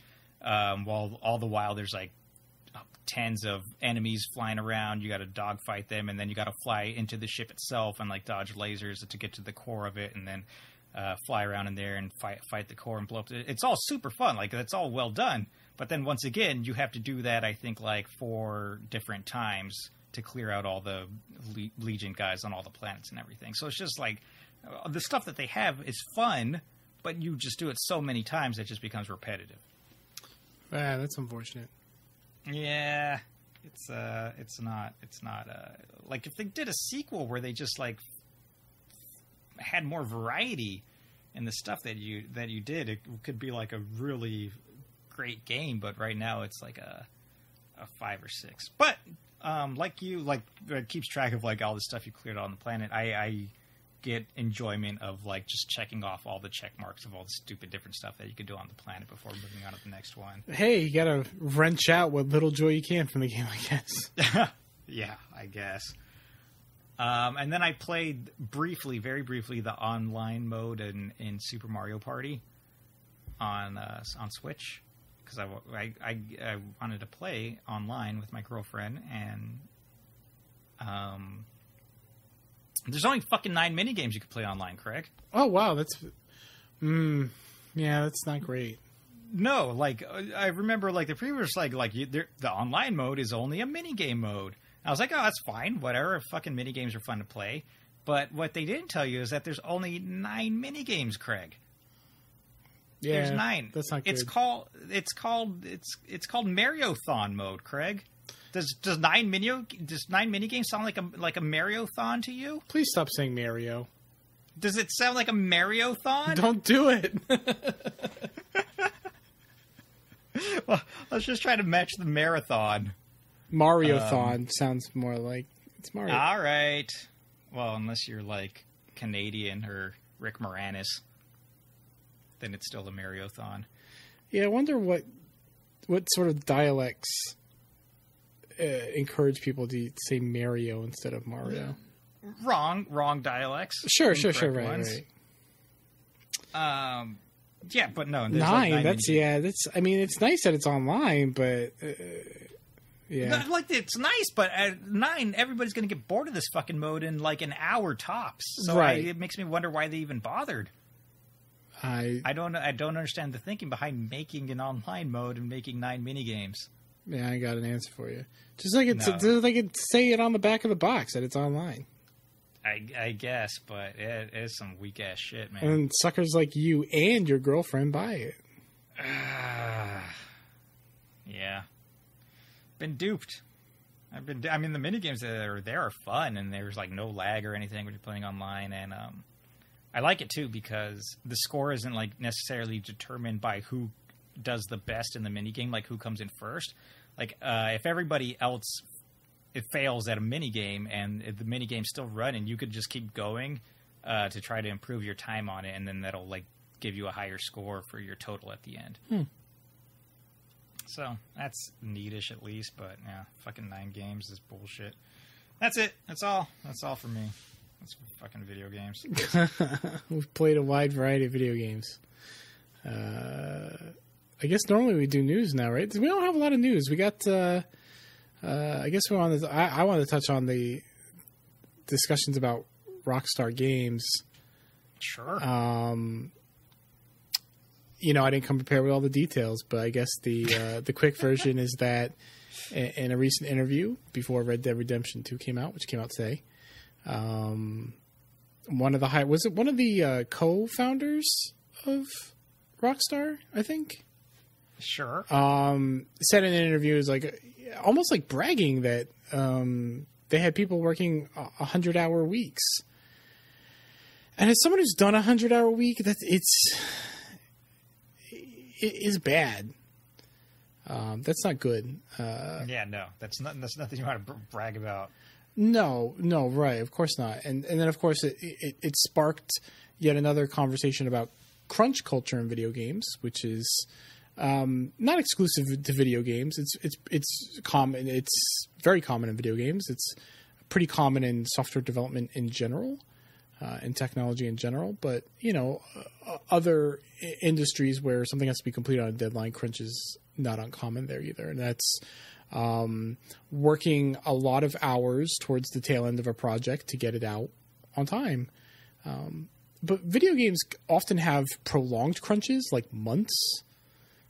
In rare cases, maybe a year or more.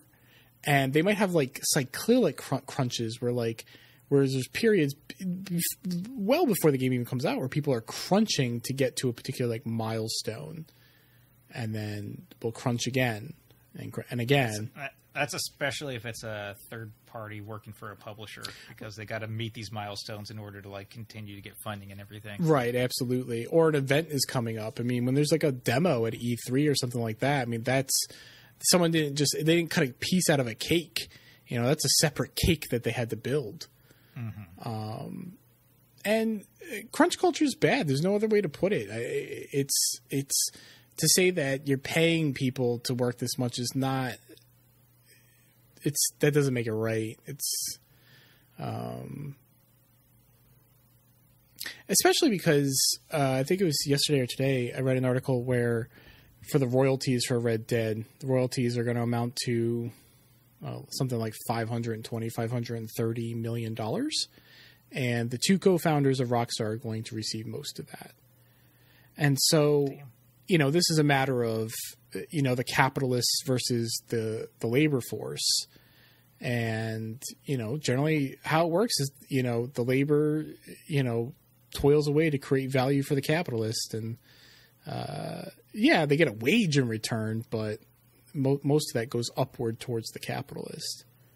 And, that's exactly what's happening here. And it shouldn't work that way. I mean, in an ideal world, you wouldn't need the capitalists at all. That a socialized workforce would be, workers who came together and employed and governed themselves as a unit. But in our country, in our culture right now, you still need the capitalists. They're the ones still founding the business. But at the end of the day, if you don't have a workforce, the capitalist doesn't have a product. They're at the very least, if nothing else, two wheels on a bike. But when it comes down to, who we deliver praise to or who we deliver money to, it's the capitalists, and that's not right. Especially when the laborers are subjected to these sorts of things. And it gets worse too, like especially in video games, because video games are not unionized, unlike say like the film industry, where if you can work on a video game like Red Dead, which has been in development for Red Dead 2 has been in development for the better part of a decade. You could have worked several years on that game, and for whatever reason, maybe even things outside of your control, bowed out before the game released, your name does not end up in the credits. And that's common. That's not just Rockstar. That's common in the video game industry, where if you're not there when the product ships, your name doesn't go in the credits. And that's fucked up. Yeah, that's not good at all. It's just another example of just not value, capitalist entities not valuing their labor force. And that's not right. You don't have a game without those people, plain and simple. You don't make $500 million if you don't have those people. To not credit them, and also to mandate but not mandate that they work 100 hours is just, it's fucked up. It's not right. Yeah, that was one of the things that came out is like, well, we don't have to, but like, everybody just assumes you have to, or else you're gonna be fucking laid out. Right. When they start bringing in like catered dinner, like it's pretty clear that you're expected to say, like, I've been in that position. There have been times when I was working at Pfizer, where when they start bringing in dinner, it's like, well, I'm not going home. I don't even necessarily understand, like, the necessity for, like, especially long crunch periods when it's a game that's being developed and published all by the same company. It's not like you're trying to meet anybody's quotas but your own, so just fucking move back your goalposts and let people work fucking reasonable hours. Well, they still got to make money. I'm sure they're, like, forecasting. It's sort of like, I mean, it's sort of like yourself, right? Where like if you're like budgeting and you've agreed to work overtime next week and you've already written, or a couple weeks away, and you've already written into your budget that you're going to be making that, and then your boss comes up to you and goes, "Oh, we don't need you anymore," and all of a sudden you don't have that money. You think, well, you still have your regular hours, but you've already put that in your budget. You've already planned for it, and now it kind of fucks you. And it's probably not dissimilar. Well, and then, I mean, at the same time, just from the get-go, just fucking, I don't know, just manage that better. There's got to be I mean, obviously you can make these games without needing to do that, right? Ideally, yes, but I don't know what that would look like, and it seems like the video game industry doesn't either, because, I mean, these big-name games, like, literally, like, thousands of people will work on them. The credit crawls are, like, half an hour, 45 minutes for some of these games. You know, you have that many people and you still have to crunch. I don't know. I don't know what the solution is. And that's not even everybody, because not everybody got in the credits. Unless you worked on fucking Spider-Man, because I watched those credits and they were like down to the lawyers and literally every single person who works at Sony. Wow. In those credits. It's insane.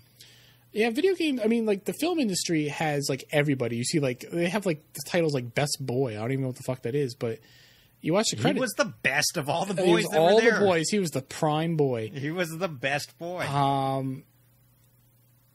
They have that because of unions. It mandates that. Now, video games, there's no such thing. If you leave, they don't have to credit you. And in some cases, when they contract out stuff to, like, other studios, sometimes they just put the studio name. So you could be someone who worked on a big budget game, a big AAA release, a well-known game that sold millions, and you were there when it shipped, but because you work for some third-party company, you're just only that company gets credited. That happens too. Unless you're Spider-Man, because fucking every single one of those people was there as well. Like you could see every single. There was a lot of outsourcing on that game. And then, like, even, like, the smallest, like, development tools that I've never even heard of, just, like, crazy things were all listed on there. It was crazy. And that's the way it should be. But, like, it just, again, it highlights the disproportionate power between capital and labor, and that there was a woman that was answering questions regarding from Rockstar that was answering questions regarding this, and she didn't make any bones about it. Like, she basically said it's a carrot on a stick. Like, we're dangling this in front of people so that they stay with the company until the product ships. The credit at the end, that is. Right. And, like, that's fucked up. Like, that shouldn't be a bonus. Like, you worked on the game. Like, your name should be credited. Yeah, that should 100% be mandated. That shouldn't be, like, part of your salary, but that's what they're doing. And now, with the crunch, like, with the amount of overtime that they have to pay for people, like, working crunch hours, isn't that just costing a lot of money? It depends. So it depends if you're salaried or hourly. And if you're salaried, no, because they don't have to pay any extra. That's fucked. Yeah. Yeah.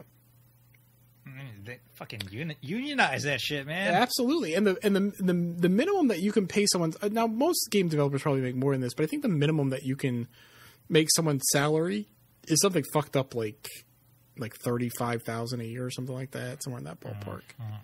I think Obama, like, I don't know if it was an executive order or something, but he aimed to make that a little bit higher. It's something like 42. You can guess what President Trump did with that, but like he did with every other policy, he rolled it back. So he said, "That's a good idea. Let's keep doing that." right? That's exactly what he said. He's all, "This is too low. Let's bump it up to 45." So hypothetically, I mean, you could have someone making 35 a year and never make a dime more, but work like 1 million hours a week. Yeah, that should be illegal. Yeah, it should be. So yeah, no, video games should absolutely be unionized. And then people are like, well, your video games will cost more. And I'm like, that's one thing I don't understand in terms of, like, when discussions turn to unionization or increasing the minimum wage or whatever, it's always turns to, like, the product's going to cost more, not the CEO is going to take a pay cut. Like, you're telling me that the two co-founders of Rockstar are set to take home $500 million in royalties. Like, not like their salary, just the royalties from Red Dead 2, and you're telling me I'm the one who has to pay more for the game? Like, I'm pretty sure I just saw an article that said EA and Ubisoft are making like 20-something billion dollars more thanks to their microtransactions, games of service, all that different stuff that's going on. So they're making way more money. It's not like they're not, you know. These products are getting bigger, and you're paying exponentially more for them already. But for some reason, to pay the workers more, like, that's got to come out of my pocket? Like, why can't it come out of yours? No. You're the one making money hand over fist, dude. Yeah. You know. Well, anyway, that's a little political, but I mean, I think it should be. I mean, I think, you know, everything is political. We dabble in the political aspects of video games here on this podcast. We try not to bog down with it, but you know, people say like, "Oh, I don't want this to be political," but unfortunately, everything is, and you know. You may not want to engage with it on that level, and that's fine because you'd probably go insane if you did it for everything. But everything is political, and that includes, you know, how your video games are made. And I think people are resistant to it, one, because they don't want to go insane thinking about the politics of everything, but two, because I don't think they want to think of themselves as bad people for wanting to purchase and play a game where people had to work 100 hours a week at it. And to that I say, you're not a bad person. Look, man, I have an iPhone sitting next to me. There's probably conflict materials in that. You know, some person made a few cents to put that together in living conditions that I don't want to live in. But I still have the iPhone, and I will buy another iPhone. You know, it's a matter of being aware of what's happening and, you know, in some cases not denying it. Some people deny that these things are bad or try to make excuses for them. No, they fucking suck. And, you know, the least you can do is, you know, be aware of it. Kind of like, you know, that, I don't know what to call it. You know, Native Americans using every part of the buffalo or whatever. Like, yeah, you had to kill the buffalo, but you might as well be aware that you killed a buffalo. Right. And that's kind of what it is. So, play your dumb cowboy game, but you just got to be aware of what had to happen to make that game come to market. And let it eat away at you. No, don't do that. Don't do that. No, like, yeah, just acknowledge what it is, and it's fine to, like, think, hey, maybe there's a better way that this can be done. It's not going to kill anybody to want to try to, like, think of fucking solutions. Right. Exactly. And then the other bit of news is something that you brought up. You wanna jump into that? Hell no. Okay. This whole thing sounds like the stupidest thing ever. All right, there's a console called the Intellivision Amico?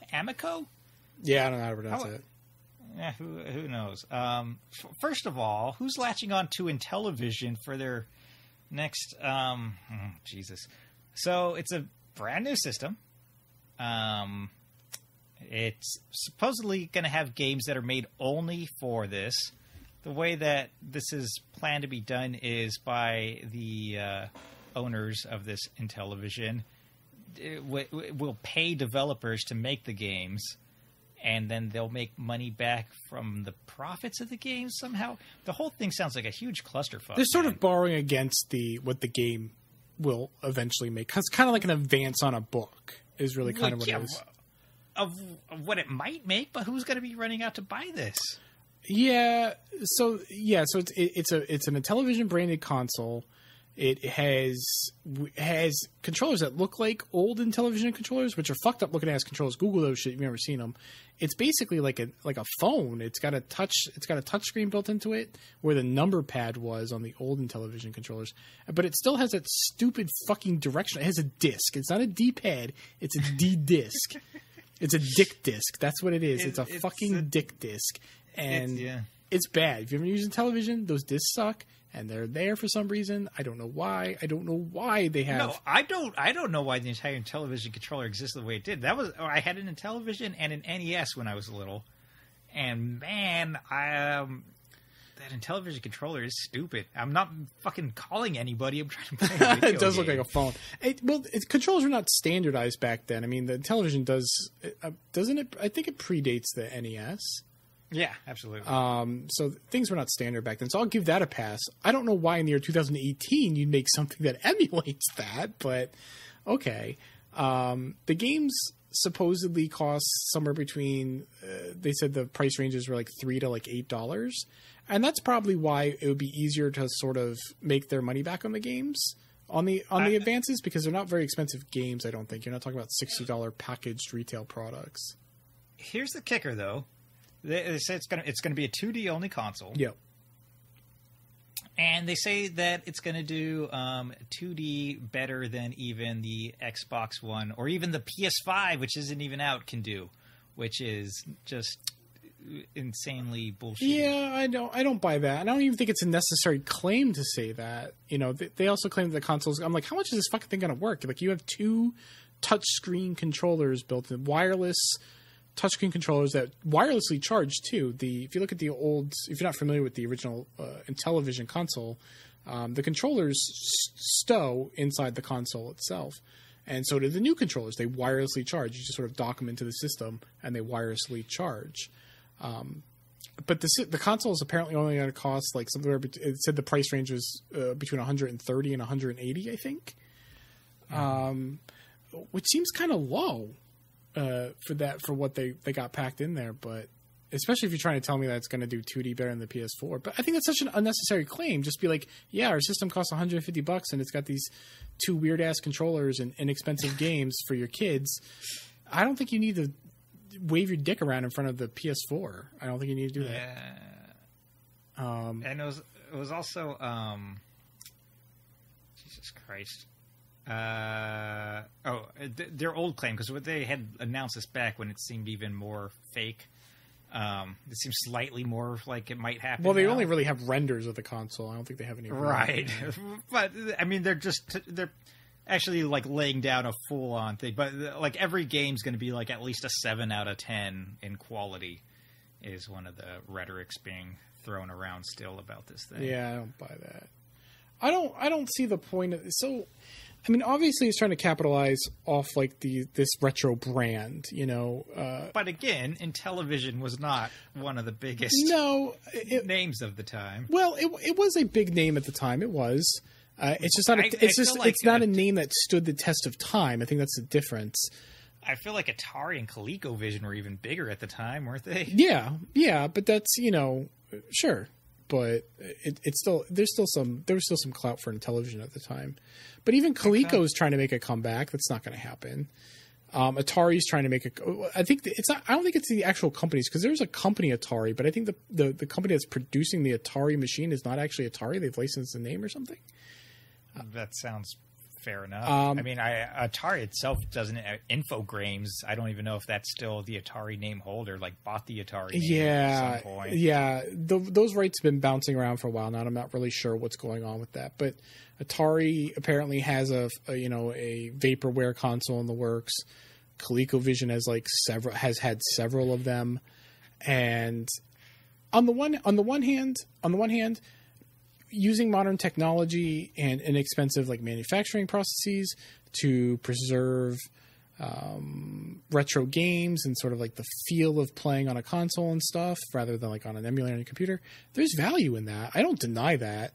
And I don't deny that these projects seem interesting on paper. Like, do I think these Intellivision controllers are something that I actually want to use and play with? No, but do they seem conceptually interesting? Sure. Unfortunately, I think that's all they are. But I'm interested in the ambition, and I'm interested in the preservation aspects. But it just seems weird trying to capitalize off these names that have not really stood the test of time to produce these weird consoles with $8 games for your kids. Because I don't know if we said that. Like, the Intellivision one is only going to have games rated E or E10. Right. Who's going to buy that? See, there's no market for these things. No, is the problem from the get-go. I'm interested in them from a spectator perspective. I think they're interesting, and I like to see how they play out. But from a practical perspective, I'm really skeptical. It's Tommy Tallarico that's heading up this whole thing too. Oh, okay. Well, well, whatever. I mean, he can make music, but I don't think I don't know if he's making. I don't know what he's going to do with a console. It doesn't make any sense to me. Yeah, no, I don't know. He did great video game music, and he was also on, G4. G4, yeah. Was that Attack of the Show or something? Was he on that? I think it was before that whole thing. I don't even know. Okay. But yeah, no, I don't know. It seems like a weird thing to jump into. Yep. I don't know who this is for. I mean, after the Ouya, I'm a little sour on the whole thing. I think because my personal opinion of the Ouya is that it was a good idea. I know that's not a popular opinion, but the idea of like a console that costs $100, where all the games have some sort of demo component, and they're all really inexpensive, and you can play them with a very traditional controller. And if you want to mod it, you can mod the console. If you want to develop for the console, every console is technically a developer kit. It was a very flexible, interesting machine with some decent games. Like Towerfall started on Ouya. But nobody gave a shit. And so that made me realize, like, it doesn't matter how interesting it is.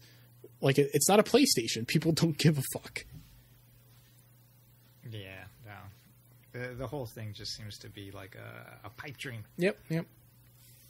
But I will say I like the Ouya. I still think it was a pretty decent idea. If this thing comes out, it'll come out October 2020. So set your calendars. I like to see how it plays out. I want to see what they do with it. I mean, maybe I'm wrong. Maybe those controllers might actually be viable. They're weird. No, this is I like dollars to donuts that this thing does not even release. I don't think it will.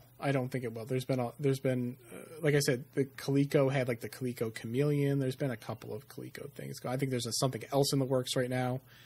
The names, it's just a bunch of like people like in their like late 30s, like just wanting to like relive their childhood with just like in name only, like literally. Yeah. So. Yeah. Interesting, but I don't know who it's for. I don't know who the audience is. It's you, Craig. It was you all along. Actually, yeah, like 8 years ago, I would buy this thing if it came out. I kickstarted the Ouya. How long did you play that for? I played it here and there, but it didn't. I'll be honest, it didn't stay hooked up long. No. It wasn't as supported as. I mean, there were some good games on. Like I said, Towerfall started on there. There's a game called like Nightmare, knight as in like an armored knight. Eventually, that game came to like mobile. There were some decent games on there, but it just wasn't embraced in the way that I would have hoped. Especially after like the buzz, because it had a lot of buzz. It had a lot of hype. So I thought like, oh, maybe this inexpensive little thing will have a lot of like bedroom developers making some fun little games on it. And yeah, there was like 5 of them. That's, you could count them on one hand. One of my friends kickstarted it, and I played his, and I played some. The only thing I could remember playing on it was like some parking simulator game where you have to park cars. I was like valet or something like that. Yeah. And I was good at it, man. I was killing it. They're all like impressed. I was playing that game in front of. They were like, "Damn, Seth's good at this." I'm like, "Fuck yeah, I can park these cars." And what's cool is like every single one of those, every game, like to be on the Ouya store, had to have some sort of free component, whether that was like a timed demo or you could play like the first level or two, or it was like like modern mobile games where it had like in-app purchases or whatever. And I thought that was neat. That means that you could try anything. It was fun. Mm-hmm.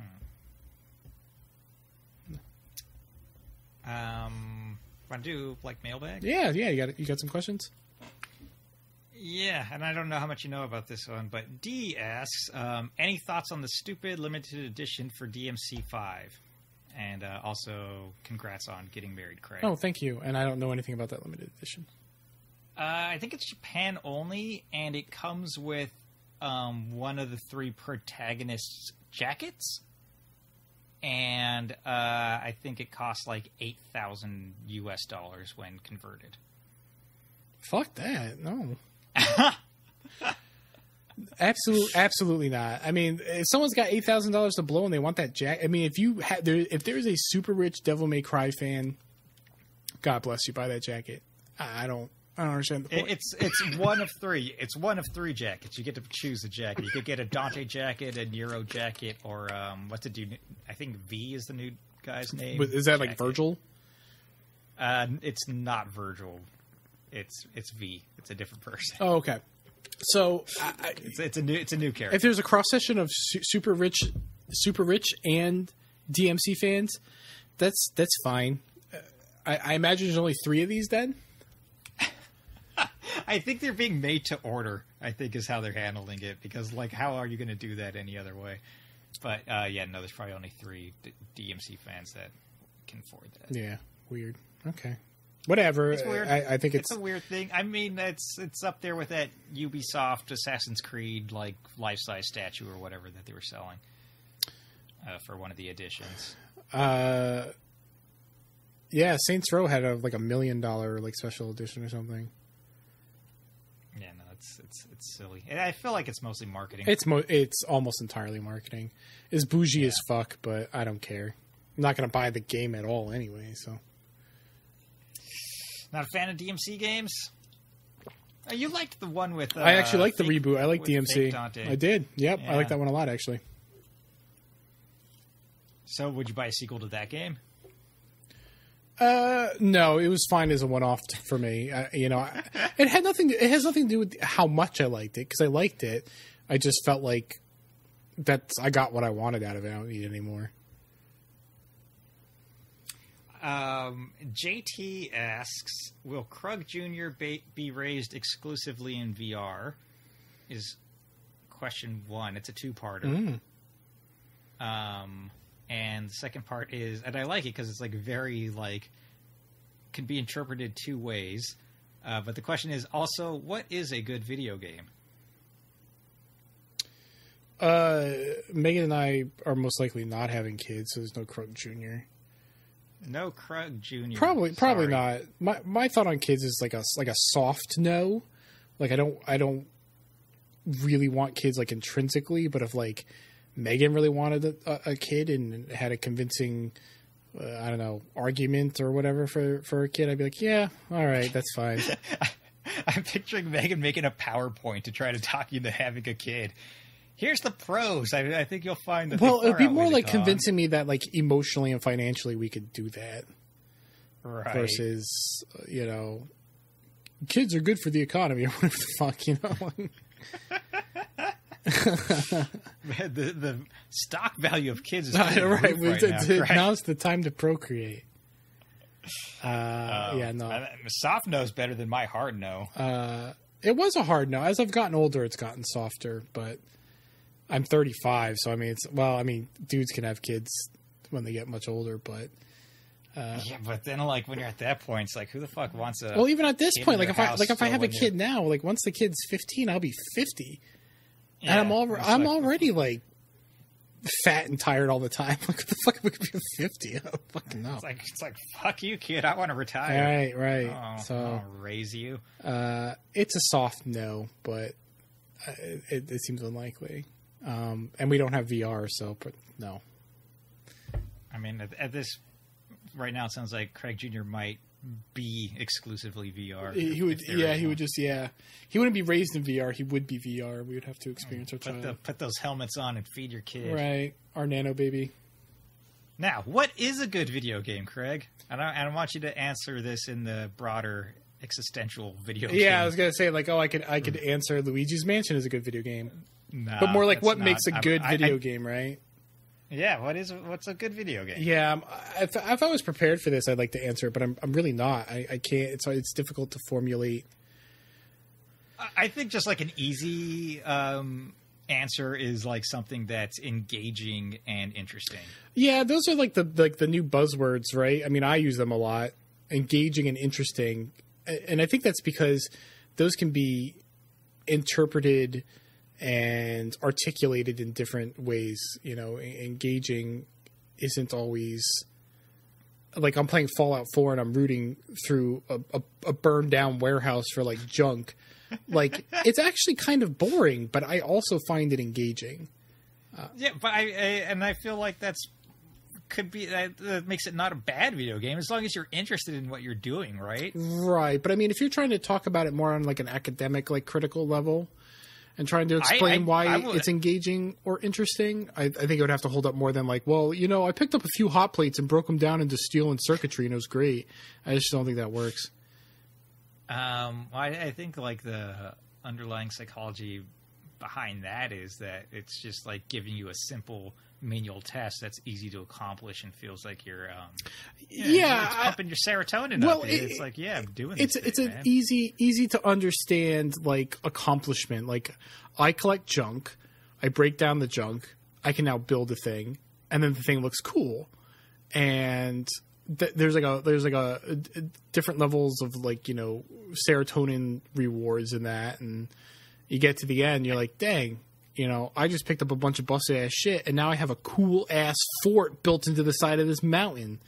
And it's like it's like simple tasks that offer perceptively like big rewards, like you said, big ass like mansion for doing something very simple, in contrast to like your daily life where you're doing like hard tasks or maybe even menial tasks with very little reward of any kind. Yeah, I mean, a much more easy to understand example of that is like Harvest Moon or Stardew Valley or something.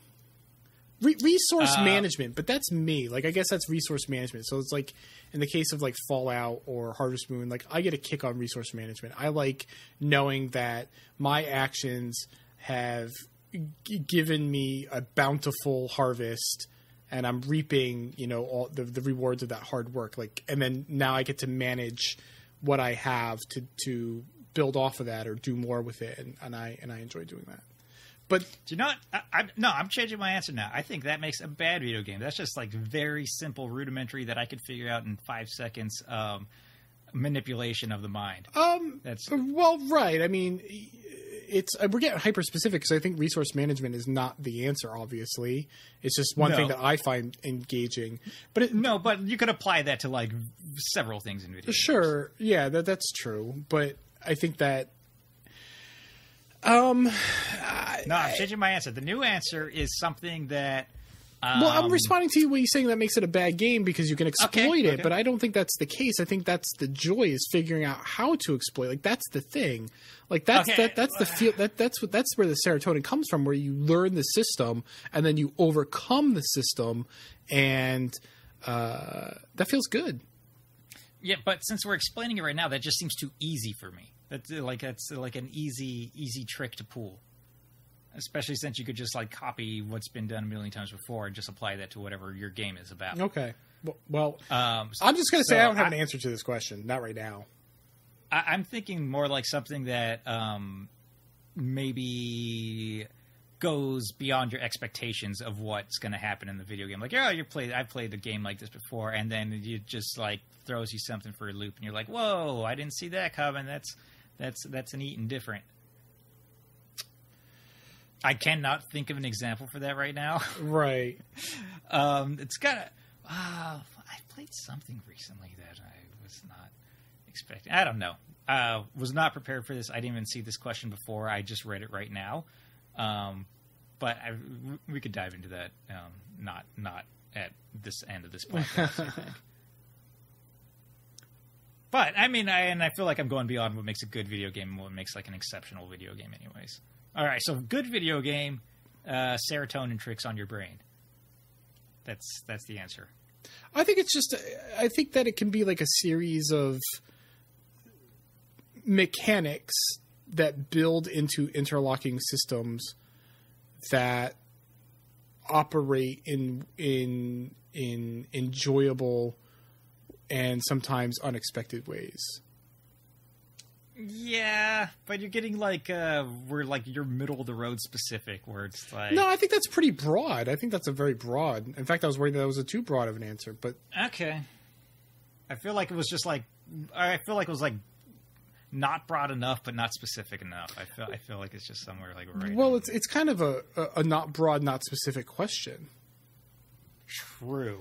And I'm just trying to answer it as widely as applicable as possible. And I think that for me, like I said, it's having smartly designed systems that work together, like like gears, like just these teeth. I'm just imagining it in my mind, just like these teeth and these gears that grip really well and just operate in a very enjoyable way. I'm liking that more. I'm liking that answer more. Yeah, it's a good visualization. It's a game that all works together. Yes. Super well. And then it's also fun. And then you have fun. I don't know. That's a broad question. I think there's one more in here somewhere. Here I was thinking this was going to be a shorter episode without Chris and without much in the way of news. Now, everything else you pretty much already answered. It's like about your marriage and stuff and what's like being married. So you're good. It's good to be married. I like it.